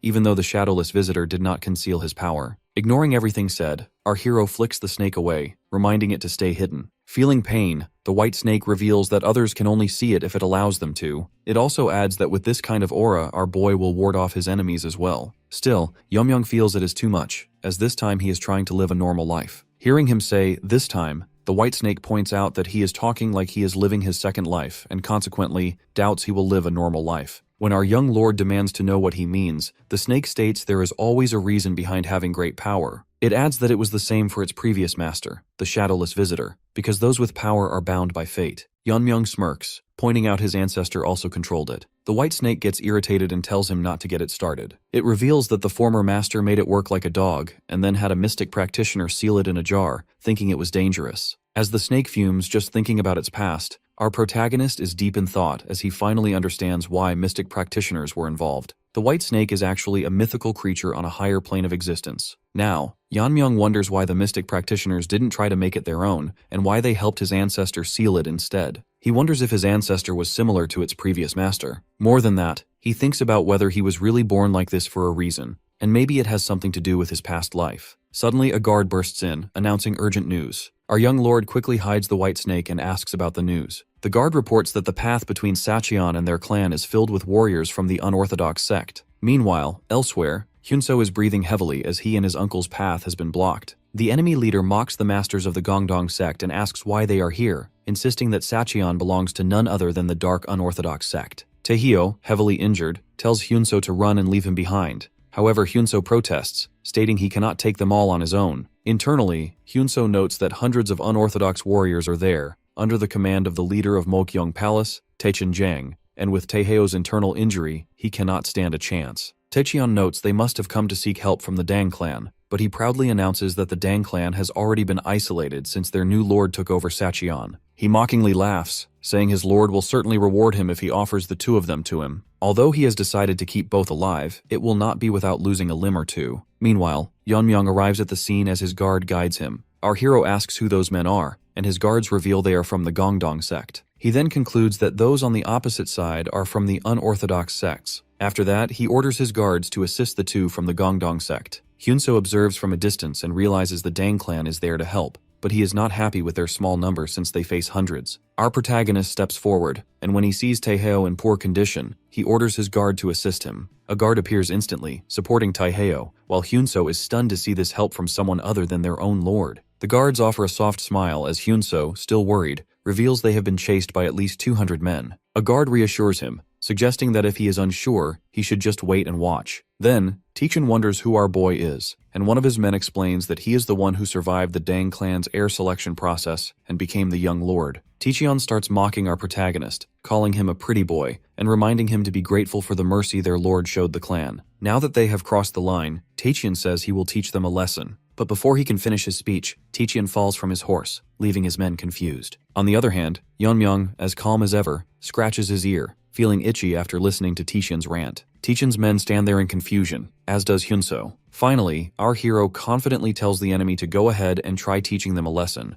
but makes it clear he will be the one to eliminate them instead. The unorthodox sect's soldiers stare at their master, questioning among themselves if he is truly dead. One of them notices a poison needle embedded in their master's head, wondering out loud when Yeonmyeong could have thrown it. Another points out that he didn't even see our protagonist move his arm. Instantly, our hero pulls out a handful of needles and launches them at the enemy side. Before the soldiers can react, they are struck by the needles one after another as our boy employs his technique, fall. Meanwhile, our young lord remarks that he didn't even coat the needles with poison, yet the enemies display the same symptoms regardless. At that moment, the white snake explains that it is due to its poison energy, which has seeped into the needles, and most humans cannot withstand a poison of this caliber. Yeonmyeong smirks, admitting that the white snake has proven itself somewhat useful, which predictably makes the snake a bit annoyed. On the other side, Hyunso grits his teeth, never having expected to witness such a lethal hidden weapon technique. He consequently wonders if Yeonmyeong is the one who took down the entire Taeyul Black Sword sect. Meanwhile, the remaining unorthodox soldiers realize that our protagonist has taken down hundreds of them with a single move. They struggle to comprehend it,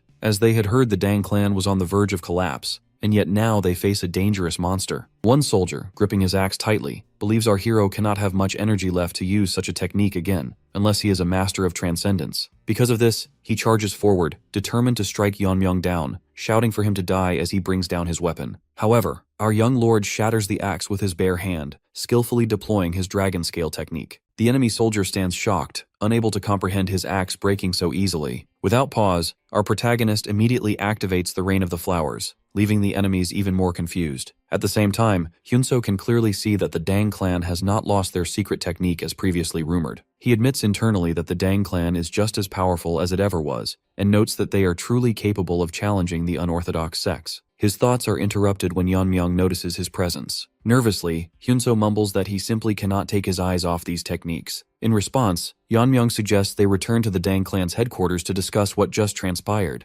Hyunso acknowledges this and takes in the terrifying sight of the unorthodox sect's fallen soldiers, ultimately deciding it is best to maintain a good relationship with the Dang clan. Looking back to a few days earlier, outside the walls of Sacheon, Hyunso had told his sect uncle that he was grateful for making it here without trouble. Despite rumors that the Dang clan had fallen, things seemed peaceful. However, his uncle was tense for reasons he did not share. Suddenly, a man in a hat appeared, asking about the meal they had just finished. Hyunso hadn't sensed his presence, promptly concluding the stranger could not be an ordinary master, His eyes widened when his uncle revealed that the man was Giljun Yu. Giljun removed his hat, hoping he had not interrupted their meal, and then asked what brought them to his Sacheon. Hyunso began to sweat, never expecting to encounter the lord of the unorthodox coalition. Giljun turned to Taeheo, asking what business they had with his coalition, noting that someone of his rank could not be sent on a simple errand. On the other hand, Taeheo replied coldly that they had no business with the dark unorthodox coalition and questioned why Giljun was there alone. Giljun then wondered if they thought they could defeat him if he was by himself. Taeheo felt a bit stressed, mentioning that he was more than double Giljun's age, but Giljun simply asked if Taeheo intended to show him some respect. As he emitted aura, Taeheo stated that the amount of internal energy is critical in a fight between masters. He then asked if Giljun believed he could stand against the Gangdong sect's techniques. Meanwhile, Hyunso was stunned to see his uncle provoked, wondering if a fight was about to break out.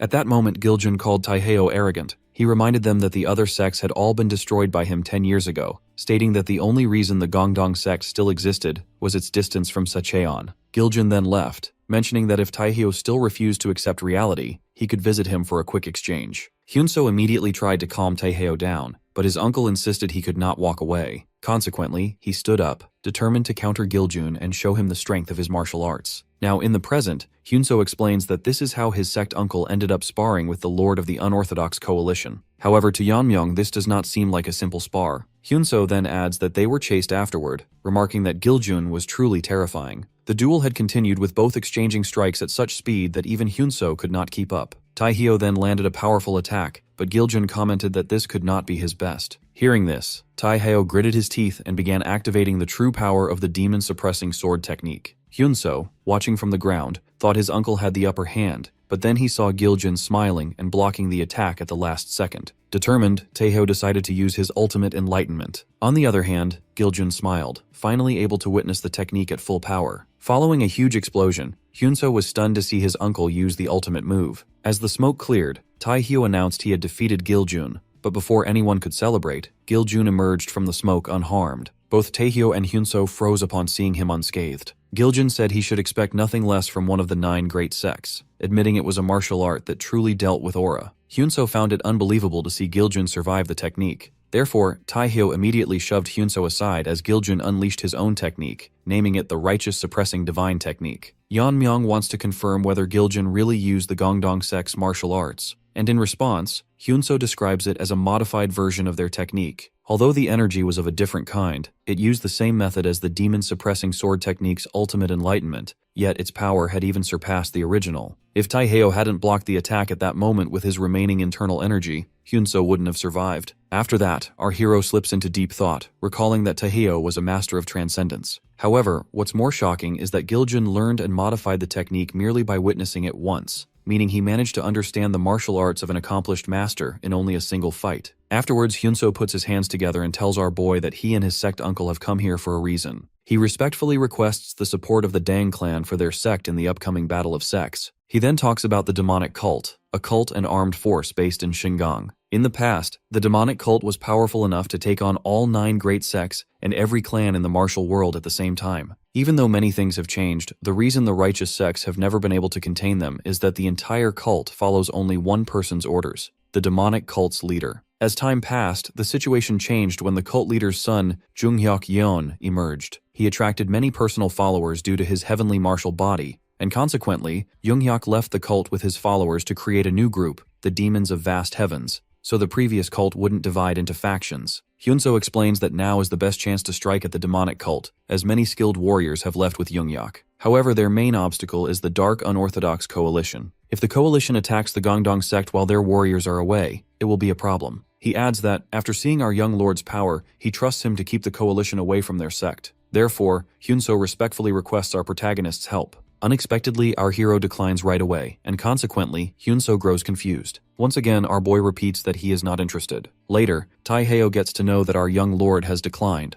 and then Hyunso adds that Yeonmyeong has decided to consult with their clan leader before making a final decision. Hyunso asks his sect uncle what would happen if Yeonmyeong doesn't agree, and his uncle suggests they wait. After that, Hyunso points out that the Dang clan seems to be quite different from what they have heard. He explains he has observed the Dang clan up close and, judging by their buildings, the power of the warriors, and the overall atmosphere, it is nothing like the rumors about their collapse. Taeheo believes the Dang clan must have recovered after the fall, but their discussion is interrupted when Gyuhyun arrives to report that Yeonmyung is waiting for them. Later, Hyunseo and Taehyo are stunned to see Jihye as the current leader of the Dang clan. She welcomes them and says she has heard everything from our young lord. After seeing her, Taehyo can clearly sense she is a master of transcendence. He believes she must be the reason behind the Dang clan's revitalized spirit, and concludes that the Dang clan has finally regained the power it once had. After sitting down, Hyunseo explains that the Gongdong sect is in need of help, and as a part of the Righteous Legion, they want assistance from the Dang clan in the fight against the coalition and demonic forces. After a brief pause, Jihye asks her son if his decision still hasn't changed. When our hero reveals his thoughts remain the same, Hyunseo asks for a reason, adding that if they don't act now, the demonic cult will bring chaos to the world. Our boy explains that while they agree about the demonic cult, the coalition is another matter. He states he has never seen the coalition harming the people of Sacheon. Even though they collect fees for offering protection, they have used that money for proper purposes, just like the righteous sects. To put it simply, there is no reason to attack the coalition. Our hero becomes serious as he talks about being part of the Righteous Legion. He explains that when the Dark Unorthodox Coalition defeated the other righteous sects, and when the demons of vast heavens attacked their clan,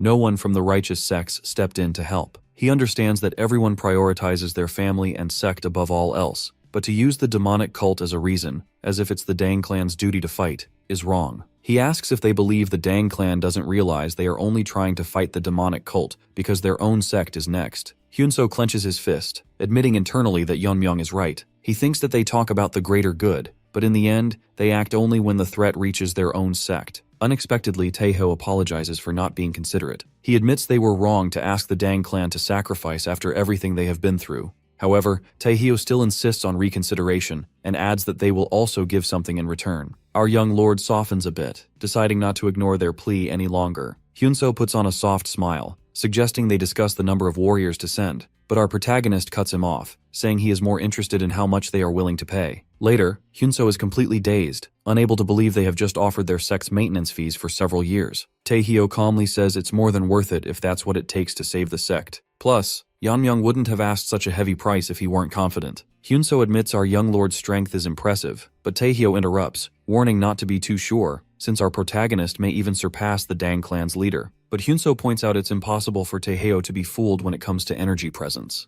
Taehyo responds that it's possible if someone hides their level of accomplishment, even from a master of transcendence. Above, our hero listens to their discussion as they leave. This makes him think that it's unlikely Taehyo would know if he was using the hidden energy presence technique. He admits internally that Taehyo's intuition is sharper than he expected. Right then, his mother demands to know why he changed his mind, knowing he didn't agree for the money alone. Our protagonist explains that it wasn't a sudden change of heart. Even though he has spoken highly of the unorthodox coalition, he doesn't fully trust them. His mother points out it is true that Sacheon was destroyed despite the fall of the major sects, and Yeonmyung nods, but states that was only because of Giljun-yu. He points out that these sects are not considered unorthodox just because they didn't join the righteous sects. Rather, it's that they prioritize personal gain over honor and justice. Consequently, they are no different from bandits. Even though Giljun currently holds the unorthodox sects back, it's in their nature to destroy their opponents. If Giljun disappears, the unorthodox sects will destroy Sacheon completely. Jihye acknowledges this, then asks Yeonmyung about his plan. Our hero grins, saying he plans to keep the coalition too busy to think about going north. However, his mother questions whether it isn't too much for their clan to keep them occupied. Right then, our protagonist reveals he is planning to shake them from the inside.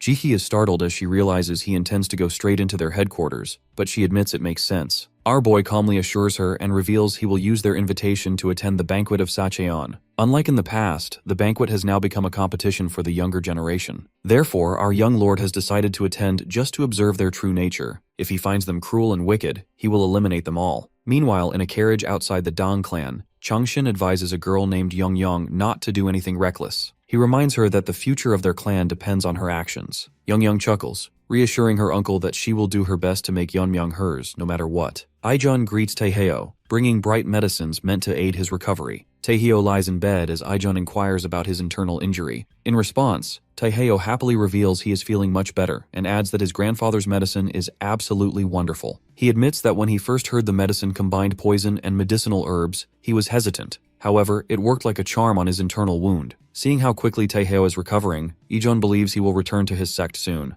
Ijeon smiles warmly, pleased with the progress. Meanwhile, Hyunseo hears noise outside and curiously asks Ijeon about it. Ijeon explains it is due to the arrival of the Jaegul clan, who have a long history of friendship with the Dang clan. He notes that is why they even volunteered to help with the clan's heir selection process. Now they are interested in installing a defense illusion barrier outside the clan's walls. Hyunso is dazed, knowing how close the two clans are, but he wonders if the Jegal clan can really afford such an expense, since installing an illusion barrier costs a lot. Taehyo asks if the Dang clan is covering all the costs, but Ijeon chuckles, revealing that the Jegal clan will handle everything. He adds that the Jegal clan has been very cooperative about the entire project, leaving both Hyunso and Taehyo stunned, wondering what the Dang clan could possibly have over them. Meanwhile, Youngyoung's uncle, riding in the carriage, still can't get over our hero's terrifyingly cold expression. Soon, Youngyoung and her uncle are about to greet Yeonmyeong. The uncle asks if he can really trust her, but Youngyoung reassures him, confidently claiming she is well aware of her own charms as she boasts about her beauty. Her uncle remembers how her mother, his own sister, was once called the most beautiful woman in all Hobuk. Consequently, he concludes it won't be difficult for Youngyoung to win over our young lord. He recalls internally that more than 10 years ago, the demons of vast heavens ambushed the Jegal clan because of his sister. She saved the clan by sacrificing herself, but unable to endure the shame of being treated as a one-night plaything, she took her own life. Now, he promises himself not to let his clan face the same tragedy again. He believes that if Youngyoung and our hero develop a relationship, the Jegal clan will survive thanks to the Dang clan's support. Deep down, he prays for Youngyoung, knowing the future of the clan rests on her. The door before them opens, and Jihee greets them, mentioning she has heard that the Jegal clan's illusion field played a major role during their selection process. Both Youngyoung and her uncle are stunned to see Jihee for the first time. Jihee beams, happily discussing their interest in installing a defense illusion barrier. Changshin is in disbelief, wondering if she truly is the mother of our young lord. He privately implies that our boy must have taken after her. He immediately greets Jihee and apologizes for not knowing the Dang clan has appointed a new leader. However, Jihee calmly shrugs it off, explaining the Jegal clan was not present when she was appointed. She then advises them to rest after their long journey, at which Changshin sincerely thanks her. Jihee then asks who the girl with Changshin is, and he reveals she is his niece, here in hopes of establishing stronger ties with the Dang clan. He asks his niece to greet Jihee, but Youngyoung is blushing hard, her heart pounding after seeing our protagonist. She wonders how someone can look so handsome and quickly concludes he will make a perfect husband. Changshin panically whispers her name, snapping Youngyoung back to reality. She bows, introduces herself, and congratulates Jihee on becoming clan leader. Jihee thanks her sincerely, finds her polite, and adds that she will be chased by boys in a few years. Calmly, Jihee reveals she was also popular in the past, remarking that Youngyoung reminds her of her younger self. Youngyoung insists she still looks beautiful, admitting she thought Jihee was our young lord's older sister. Internally, Youngyoung plans to make a good impression with both the young lord and his mother, as she will be her future mother-in-law. With that, Jihee hopes she and her son get along well, since they are the same age. Youngyoung deliberately fills her eyes with tears,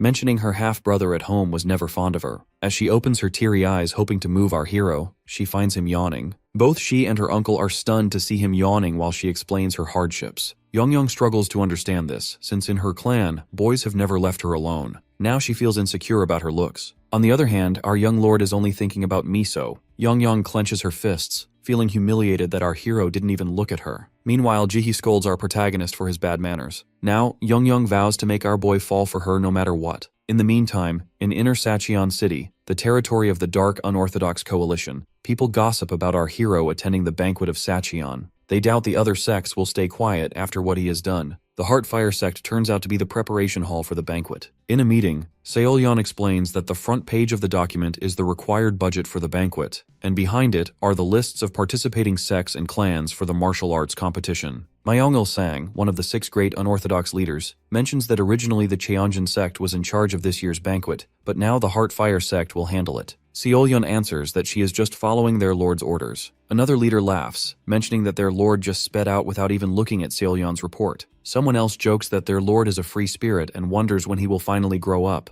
Suddenly, a child bursts into the meeting room, addressing everyone as her uncles. The little girl announces she also wants to attend the banquet. She hugs Myung-il, who asks why she is interested since she stayed home last year. The little girl giggles and says she has heard the lord of the Dang clan will be there, and that he is so handsome the women who see him instantly fall for him. Myung-il points out these rumors are wild, but the little girl doesn't care about that. She decides that if the rumors are true, she will marry him. She innocently asks if she can go see him, and Myung-il agrees, knowing she won't listen to anyone since she has already made up her mind. Meanwhile, Seolyeon grins wickedly at the little girl as something comes to her mind. Myungil concludes that no one has the guts to deny the daughter of the Lord of the Dark Unorthodox Coalition. Mirio is combing Miso's hair and comments that it is very silky, even though she has been bedridden all this time. As they talk, she mentions that the other day she was compared to Miso in front of Yeonmyeong. She's about to ask a follow-up, but then changes the subject as she teasingly asks her sister what she truly thinks about our young lord. Miso starts to panic as her cheeks turn red, and consequently, she asks why Mirio is asking something like that. Mirio grins, noting that she observed Miso's breathing becoming heavier at the mention of his name. Annoyed, Miso asks if this is the reason why Mirio is learning martial arts, just to analyze how people breathe. Then, Mirio warns her to watch out, revealing that Yeonmyeong is planning to participate in the banquet of Sacheon, meaning they won't be able to see him for a while. Miso panics, stating that the banquet of Sacheon is a gathering of the unorthodox sects, which is far too dangerous. However, Mirio points out a different problem. What if he gets along with other girls at the banquet? She asks if Miso will allow that, at which Miso makes a sad face, thinking it would be terrible. Therefore, Mirio suggests they go to the banquet themselves. She grabs Miso's hand, ignoring her protest, and states everything will be fine because she has a plan. Later, Yeonmyeong requests that our hero allow her to be his attendant at the banquet. She mentions she has heard there will be a competition for control over Sacheon's future. Therefore, she is curious to see exactly how it will be held. Reluctantly, our boy mentions he has been told he can bring an attendant and a bodyguard with him, but he makes it clear that they are not going on vacation. Internally, Yeonmyeong is all fired up to accompany our hero and earn his affection. Suddenly, Mirio opens the door and addresses our boy. He looks at her, noting he already sensed someone coming. Mirio steps inside holding her sister's arm, stating she has something to propose. However, Mirio pauses upon seeing Yeonmyeong sitting there. Both of them instantly feel hostile towards each other, demanding to know who the other is. Meanwhile, our young lord is curious to know why Mirio has brought Miso along. In response, Mirio confidently mentions that she and Miso want to go to the banquet with him. Yeonmyeong feels a bit confused, so he asks if she wants him to take her as his bodyguard and Miso as his attendant. While patting Miso's shoulder, Mirio nods, explaining he must need a couple of servants, and for that, she and Miso are perfect. Meanwhile, Yeonmyeong is confused, wondering what Mirio is planning, but she also notes that Mirio is acting as if she knows the young lord personally. Then she looks at Miso and concludes she is as pretty as the clan leader. Internally, she bites her nails in panic, believing her plans will be ruined if our hero takes that girl with him. Surprisingly, our boy states he can take Mirio as his bodyguard, but he cannot take Miso, because he has already promised the position of attendant to someone else. Mirio fumes, stating she will not come if he doesn't take Miso as well, while Yeonmyeong starts blushing, wondering if he is talking about her. Our hero calmly tells Mirio that if she is not willing to go, then he will find another bodyguard. Miso's eyes fill with tears. At first, she says it is all right, but as her tears grow, she admits she isn't fine at all, yet still insists it is okay. Since our young lord has said he doesn't need her, she believes they shouldn't get upset. Right then, Mirio glares at Yeonmyeong coldly and demands that he see her outside. Outside, Mirio admits our hero is incredible. He has skills, judgment, and decisiveness,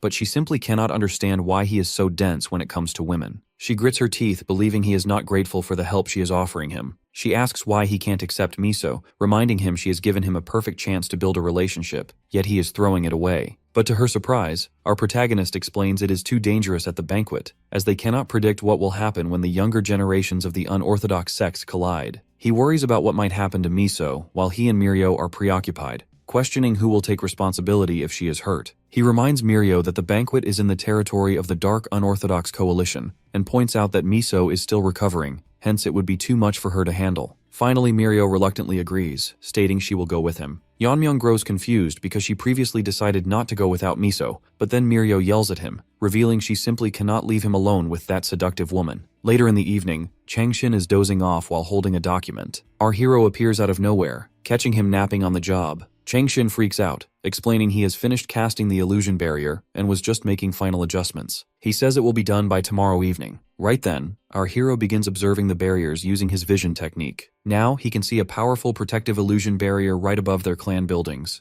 Changshin explains that from the Hall of Dark Poison to the Executive Council, the barriers have been installed around the most important structures. Recalling how Yeonmyeong told him to finish within a week, Changshin nervously mentions he has met the deadline and hopes it is to his satisfaction. Our boy pats his shoulder, stating he trusts him to finish the rest as planned. Changshin makes a tearful face, as he was expecting a thank you. Still, he nods in acknowledgement. Afterward, our young lord smiles warmly, thinking that now he can go to the banquet without worry, as the clan will be protected. Now he notes he needs to take care of one more thing. Therefore, he summons the fourth elder, Jiryong-dang, who appears right in front of him. He admits he was surprised to be summoned for a private conversation. Then, our hero mentions that Jiryong was made an elder due to his excellent swordsmanship, and since our boy has decided to master the sword, he wants to have a talk. Recalling the heir selection process, the fourth elder reveals he has never achieved the flow of the sword Yeonmyeong used that day, confessing he is still in awe of the difference in their abilities. Then, our boy bluntly points out that at Jiryong's current level, he wouldn't last a single move. This is the reason why he has summoned him, to give him tips. However, he will teach him in exchange for something.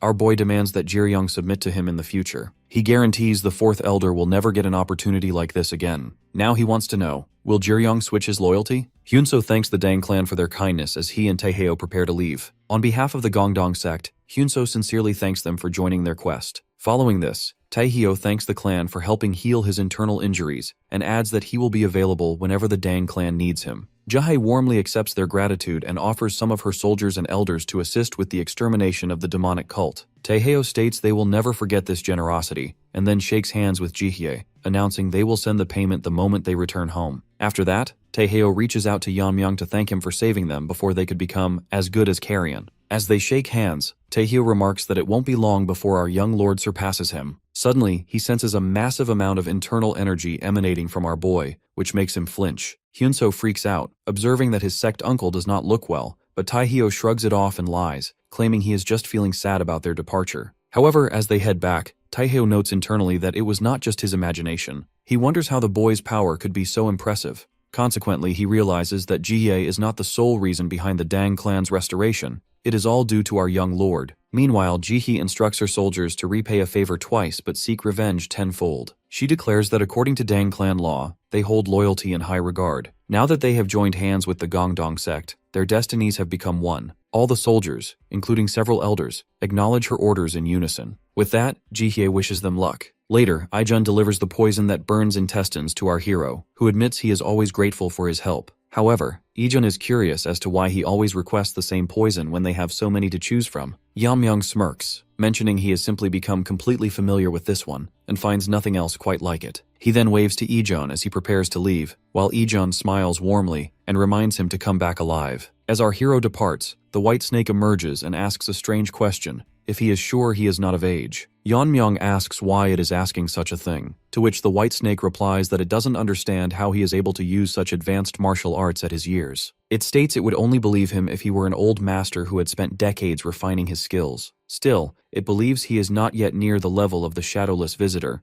even though it points out that the sword flow our hero used to defeat the fourth elder was several levels higher than the swordsman its former master fought. Our boy gets a bit annoyed, pointing out that the Lord of the Coalition is a master who can learn a technique just by seeing it, and therefore, he himself cannot afford to be anything less than a prodigy. He believes the snake's questions are useless. However, the snake still feels something is strange. After a moment, our hero arrives at the entrance where the others are waiting. Mirio waves at him, asking why he is so late, so Yeonmyeong explains he was picking up poison from Aijun. He then asks about the man standing in the middle, who bows and greets our young lord. He introduces himself as Gil Jong, their escort to the city center. Before our young lord can thank him, Jihye appears and asks if he is about to leave. Everyone greets the clan leader immediately, but Jihye tells them to dispense with the formalities. Jihye acknowledges that something big is happening but states she will support her son no matter what path he chooses, hoping he doesn't overdo it. Yeonmyeong respectfully reassures her, stating he is taken after his mother. Jihye chuckles, jokingly mentioning he is the proud son of the poisonous phoenix after all. Then, she entrusts the security of her son to his companions and warmly wishes them farewell. Eventually, the group arrives at Sacheon Hyonyang. Mirio comments that everything feels very lively, noting it wasn't like this the last time she visited. Yeonmyeong asks if she has been here before, and she proudly reveals she visited a few times when her father was the head of the merchant guild. She mentions his guild was once one of the biggest in Sacheon, but it has since shrunk due to the unorthodox sects. Our hero mentions he remembers her father telling him this. Internally, our boy believes that if their clan continues to grow, they must establish a merchant guild of their own, as they cannot rely on embezzled funds or the remedy hall's profits forever. Therefore, he instructs Mirio to visit him with her father once this is over, as he plans to help him become the head of a merchant guild once again. Mirio can't believe it and yells at him, warning him not to take it back later. Meanwhile, a merchant sits hopelessly nearby because no customers have visited. He wishes for someone to stop by who has a keen interest in swords. Surprisingly, our hero's team arrives at his shop. Yeonmyeong asks if the place is open, stating he wants to look at the blades. The merchant notices their peculiar outfits and warmly welcomes them inside, casually claiming his swords are among the finest in the city. Mirio curiously asks why our boy needs a sword, to which he reveals he simply thought having a weapon would be beneficial. While observing a sword closely, our hero can tell the shopkeeper wasn't lying, as the blade possesses great quality and a sharp aura. He tells the merchant the swords are excellent, and when the shopkeeper inquires if he is familiar with weaponry, our hero claims he is, though a little bit only. He then remarks that while the sword may look plain, the aura is sharp, proof of how carefully it was forged. The merchant is amazed that he can tell so much from a single glance. Consequently, our hero decides to buy the sword, but the merchant suddenly runs off, requesting that he wait for a moment. After a minute, the shopkeeper returns with a storage box, revealing he was saving a specific item for someone with a great eye for steel. As the box opens, the merchant reveals the finest blade ever forged, the Demon Reaper. Both Mirio and Young can feel how amazing the sword is. Even Young, who doesn't know a thing about swords, can tell its quality is exceptional. Then, the merchant reveals that his master passed away while forging this blade. Therefore, he took over and completed it himself. He is curious to know what Young thinks, as he is certain that this is a sword for the ages. Internally, our boy agrees with the merchant, believing this sword is comparable to the one he used in his past life. He can feel the very essence of sharpness embedded within it. Surprisingly, he tells the shopkeeper that he doesn't need this sword,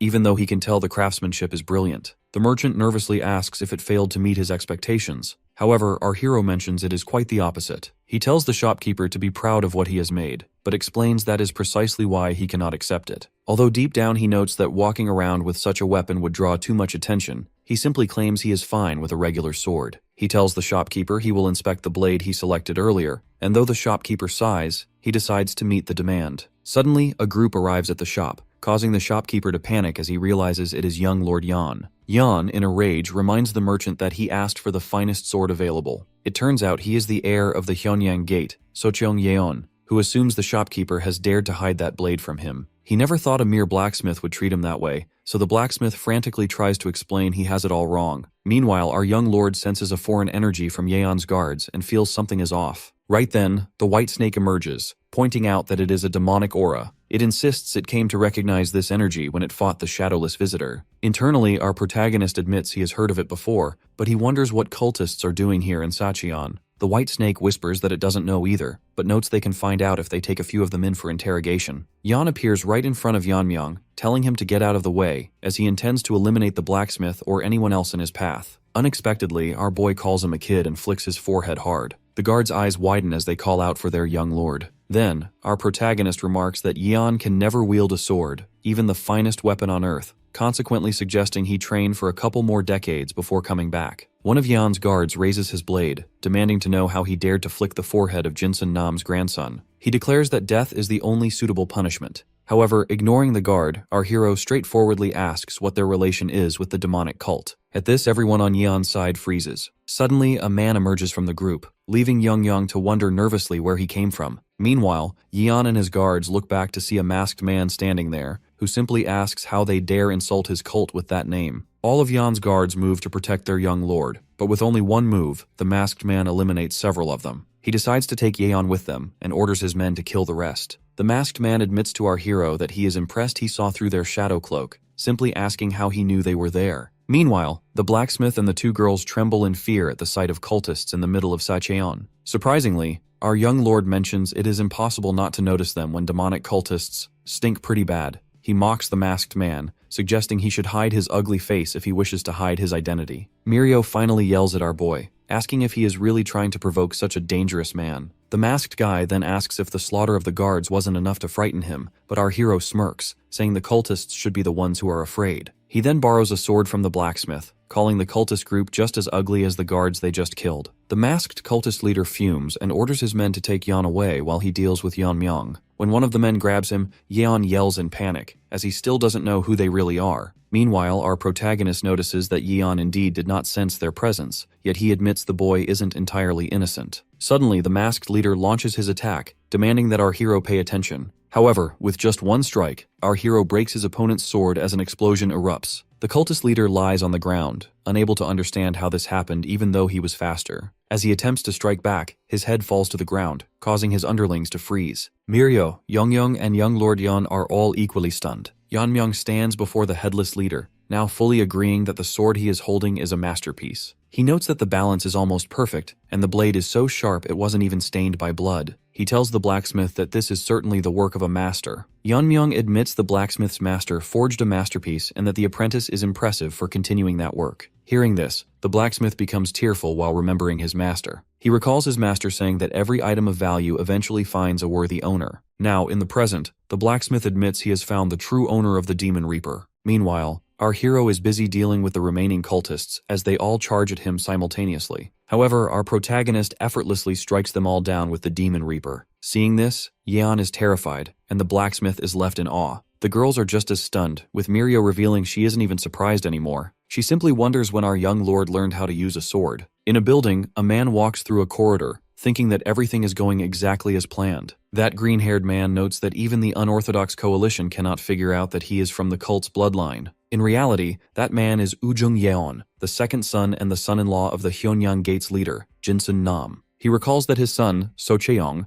is a natural-born martial artist, as any member of the Yeon clan should be. He is not saying this simply because he is his father. Rather, it is a fact that people of So Cheong's age cannot even be compared to him. He clenches his fist, thinking that if So Cheong shows off his martial arts in the upcoming banquet and secures a place in the unorthodox coalition, it will be the first step toward weakening their power. By the time they realize something is wrong, a demonic path will have arrived in Sacheon. Suddenly, a masked, injured man rushes in, yelling for Sir Yeon. Ujung immediately recognizes him as a member of the Thousand Moons unit escorting So Cheong. The man informs him that their young lord has been attacked by a masked assailant. Meanwhile, Yeonmyoung is busy eliminating all the masked men. As the shop fills with dead bodies, Mirio wonders aloud who will clean up the mess, adding that if Miso were here, she would have passed out. She then points out that one of the men ran away earlier and might return with reinforcements. However, our hero reveals that he let him go on purpose. He points his sword toward So Cheong and notes that this man doesn't even know he is connected to the demon cult. He implies there must be someone who hired these men to protect him. So Cheong yells in protest, claiming he doesn't even know who those men are, yet our young lord presses his blade against his neck, making him cry in panic. Our boy then reveals he will find out the truth soon from those who are approaching now. Suddenly, someone outside yells loudly for our hero to come out. Outside the shop, Ujung has arrived with his forces, shouting that he knows our hero has taken the young master hostage. He demands that they release him and surrender, promising to spare their lives.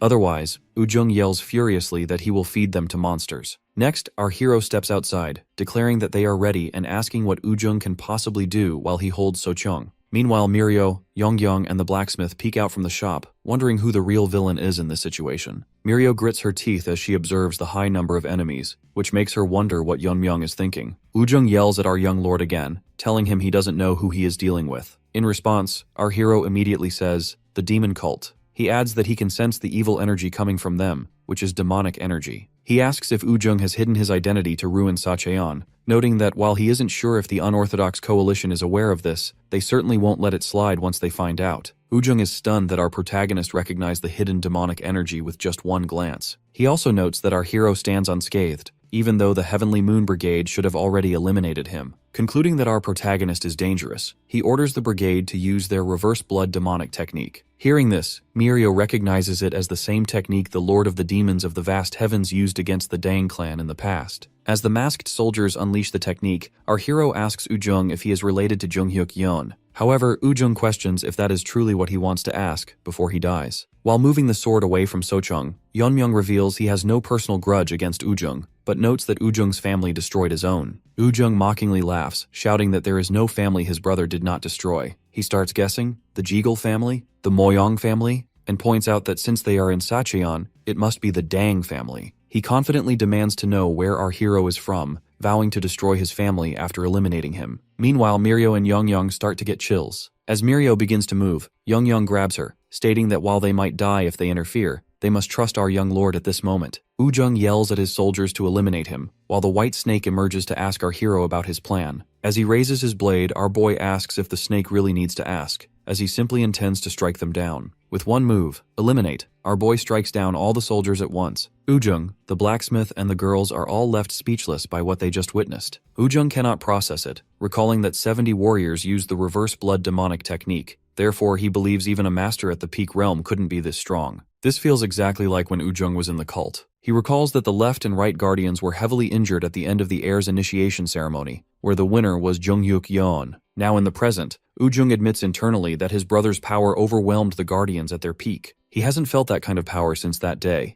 but he is sensing it now from Yeonmyeong. Now knowing this fight is lost, Ujung kneels and begs our hero to spare his life. Deep down, he wants to save his son, so he announces he will give up his own life in exchange for Sochong's. He insists his son is an ordinary kid who was unaware of the involvement. However, our boy coldly asks if it is normal in the demonic cult to try to eliminate a blacksmith just for not offering a sword. Suddenly, Sochong starts cursing our hero, and consequently, our boy instantly strikes him down. Seeing his son's head fall, Ujung is filled with rage. Meanwhile, our hero mentions that this is exactly how the families of the people they killed felt. Our protagonist doesn't feel any pity for Ujung, coldly stating that he doesn't even want to spar with anyone from the demons of vast heavens. In a heavy rage, Ujung starts screaming. However, ignoring the noise, our boy strikes him down for good. Later, Yeonmyeong feels confused when the blacksmith offers him the Demon Reaper for free. The blacksmith states he would have died without him, therefore he is giving him the sword as a gift. He adds that his master wished for the sword to find its rightful owner, and he believes his master would be happy with this decision. Mirio comments that Yeonmyeong should just take it without protesting, and Yeonmyeong congratulates him on the new weapon. Our hero finally mentions that if everyone insists, he will accept it.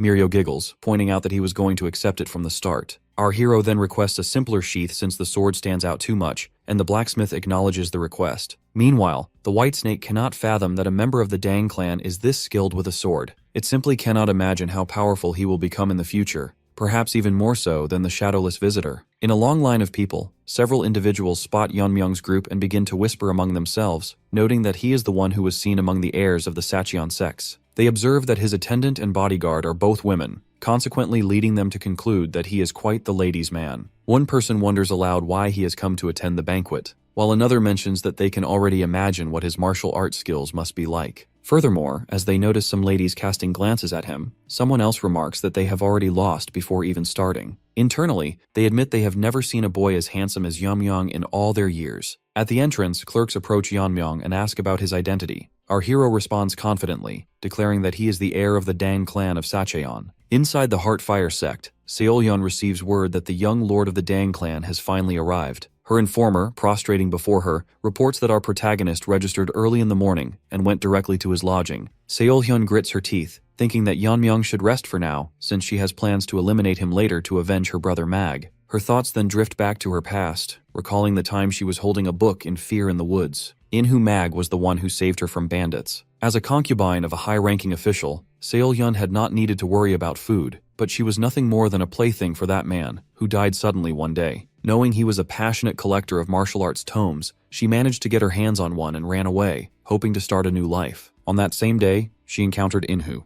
They grew close, and he taught her the basics of martial arts so she could protect herself. After learning these basics, she began studying the Red Lotus Burning Flame technique from the tome she had stolen. However, happiness was not in her fate, as her body began to deteriorate from a terminal disease. When she realized that she did not have much time left, she decided to leave Inhu, not wanting him to see her in that state. Time went by, and eventually, she heard that Inhu had become the master of the Tai Yul Black Sword sect, while she herself was confined to her bed, awaiting death. Sometimes, she even wished to die instead of enduring the endless pain, yet she could not bring herself to do it, as she was not ready to give up on Inhu. Fortunately, one day Inhu appeared, accompanied by Giljun. Inhu told Giljun that Seolyeon was a talented woman, but now she was dying. Giljun explained that she had practiced a Yang-style martial art with a woman's body, and since spirit and logic are opposing forces, the natural consequence was death. He instructed her to recite the passages of the martial arts she had practiced. Seolyeon began reciting, finishing in less than 10 minutes. Afterward, Giljun developed a technique that allowed her to use the Red Lotus Burning Flame technique with a woman's body, naming it the Neo Red Lotus Burning Flame technique. Later, in gratitude for saving her life, Seolyeon created the Heartfire sect and joined the coalition. She thought this might allow her to rekindle the old flame between herself and Inhu.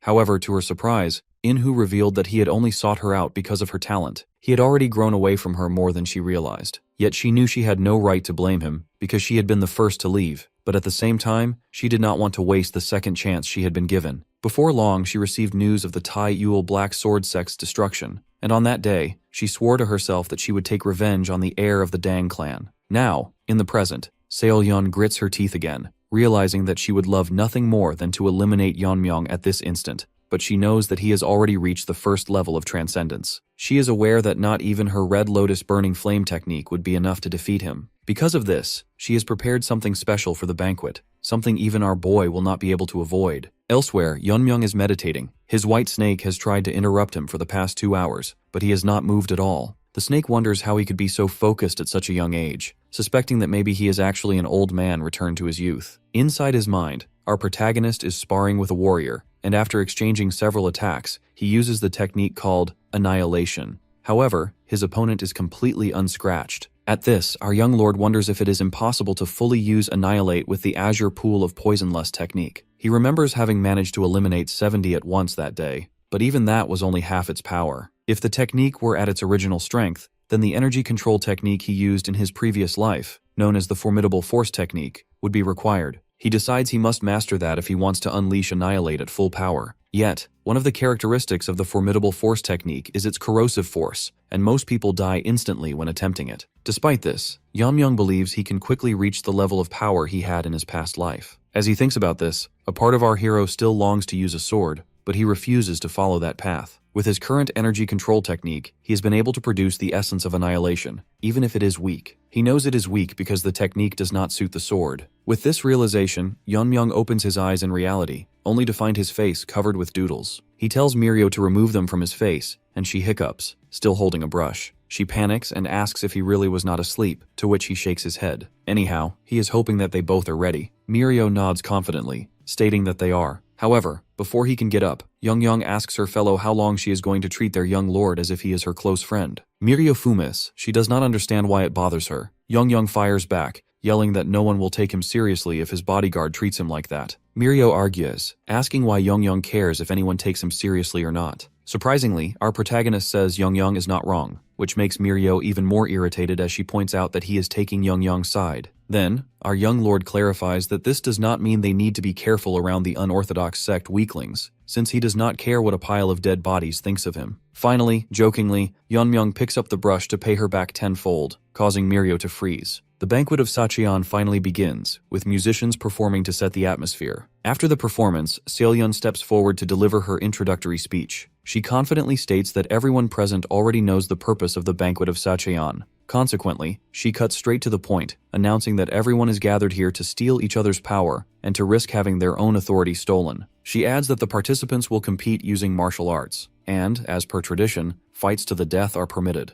Every participant must write down their wish as their stake and sign the document. Therefore, in the end, the victor will take everything. The winner will hold authority for 5 years, and should any dissent arise, as the leader of the Heartfire sect, she will notarize their victory. She warns that anyone breaking the rules will be considered a traitor against the coalition itself and punished accordingly. After making the rules clear, Seolyeon gestures toward the distinguished individuals attending this year's banquet. Among them is Master Mayong Il-sang, also known as the Sword of the Nine Illusions. The participants immediately recognize him as one of the 6 great unorthodox leaders, and one even says it was his dream as a swordsman to meet him at least once. Meanwhile, Mayong smirks to himself, admitting that Yeonmyoung is making him blush, since our young lord has already reached the first level of transcendence. He playfully mutters that he has come with Yun Hui, the daughter of their lord, which has him anticipating some impressive martial arts displays today. Seolyeon then announces that Myong will oversee any fights to the death, stating that anyone wishing to engage in such a match must get his permission. As the banquet officially begins, a large number of warriors raise their hands to seek approval. Among them, one requests that Mayong allow him and Yeonmyoung to fight to the death. This warrior is none other than Cheonhui Mag, the eldest son of Inhu Mag, the former leader of the Tai Yul Black Sword sect. Upon realizing Cheonhui's identity, Myong wonders if this is about revenge, recalling rumors that Inhu was eliminated by the Dang clan.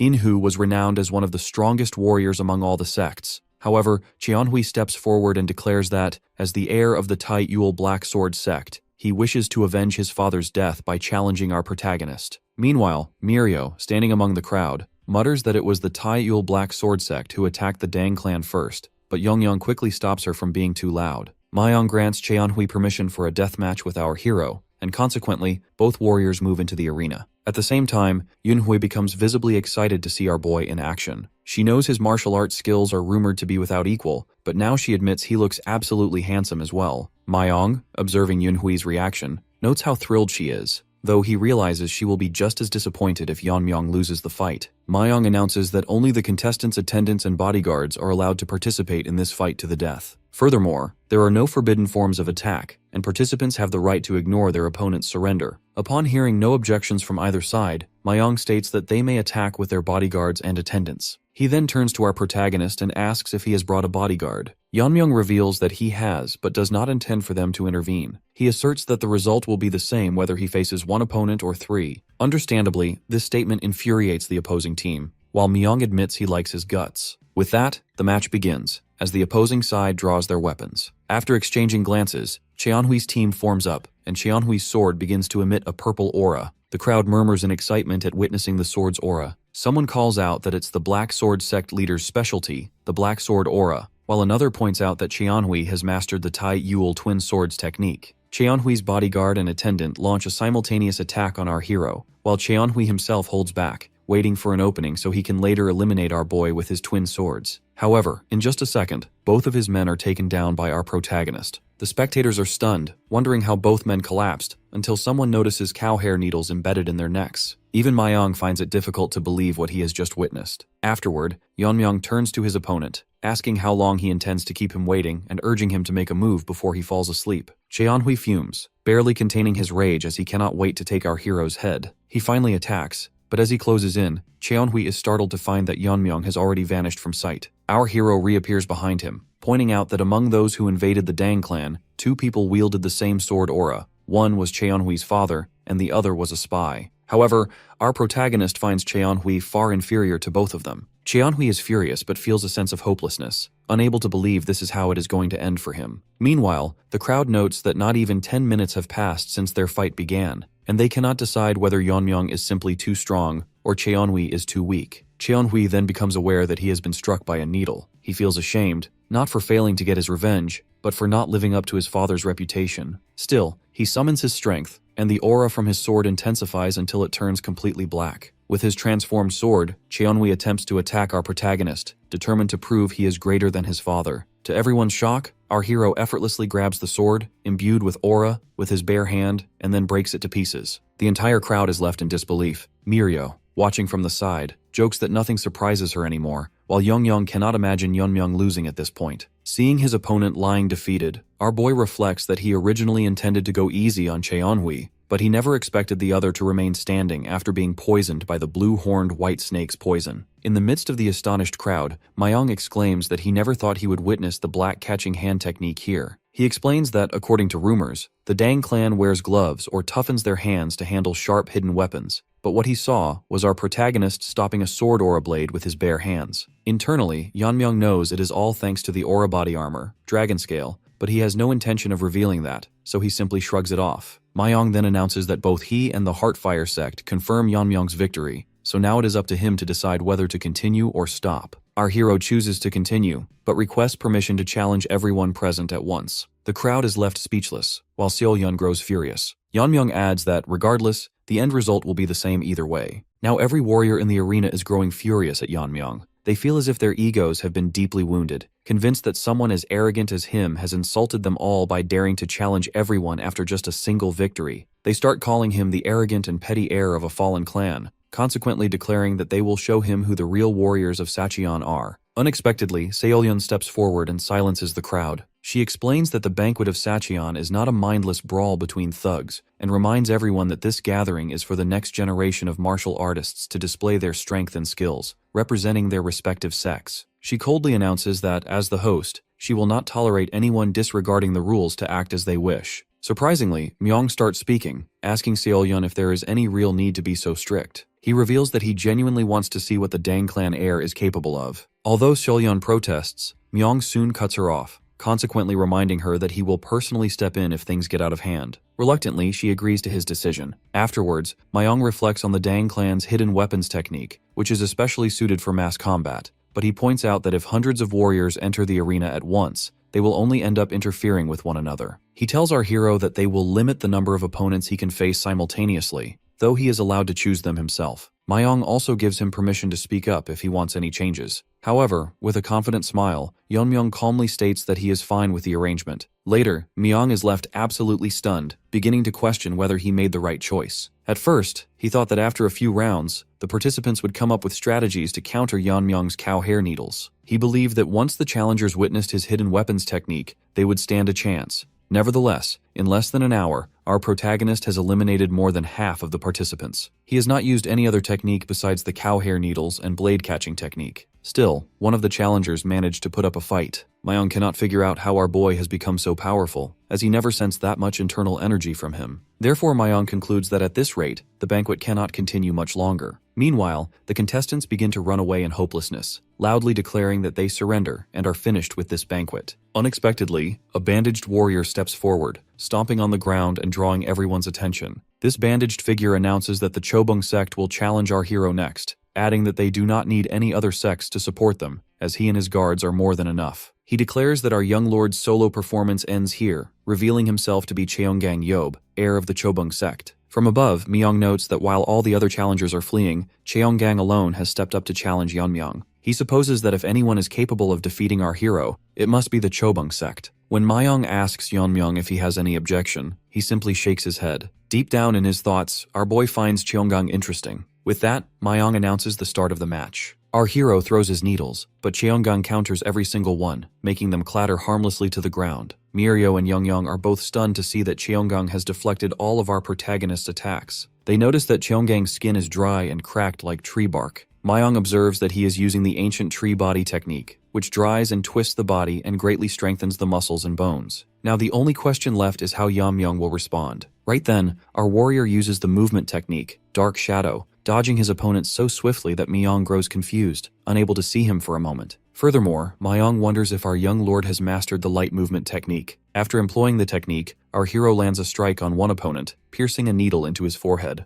The second opponent instantly skids back, and our hero notes that it's possible to break through this body with enough force. One opponent charges straight at Yeonmyeong in a rage, but our boy grabs the man's mouth and forces his fingers inside. With a smirk, he wonders if the opponent's tongue is as tough as the rest of him. Then he pierces a needle into the tongue, causing the opponent to collapse. Our young lord thinks it's a shame that the tongue was not trained after all. Next, the third opponent, Cheongang, comes at him and attempts to land a punch. After dodging the attack, our hero strikes back with his own technique, slamming Cheongang to the ground. However, our boy notices that even after channeling internal energy into his blow, he was unable to break through Cheonggang's body. As Cheongang hits back, our boy grabs his neck and holds on tightly. Our hero acknowledges that Cheongang is strong, but asks if that is truly all he can do. He questions if Cheongang really thought he could win just by relying on thick skin, and asks if that's all he has to offer, or if he would mind being eliminated right now. Cheongang smirks and fires back, questioning if our boy thinks this is really all there is. He reveals that he was waiting for Yeonmyeong to grab him, and as he grabs our hero's arm, Cheongang declares that now he will show the true power of the ancient tree body technique. Cheongang recalls how his master, Injae Yob, the leader of the Chobung sect, taught him the hidden skill of the technique, warning him it must remain a secret from the world. His master instructed him that if he ever used it, he must eliminate his opponent completely. Now, in the present, Cheongang frowns, believing this is the perfect moment to use that technique. With that, he begins to unleash the hidden skill, the energy absorption technique. Cheongang announces that he will drain all of our hero's internal energy, leaving him to wither and die. However, our protagonist sighs and tells him he would never do that if he were in Cheonggang's position.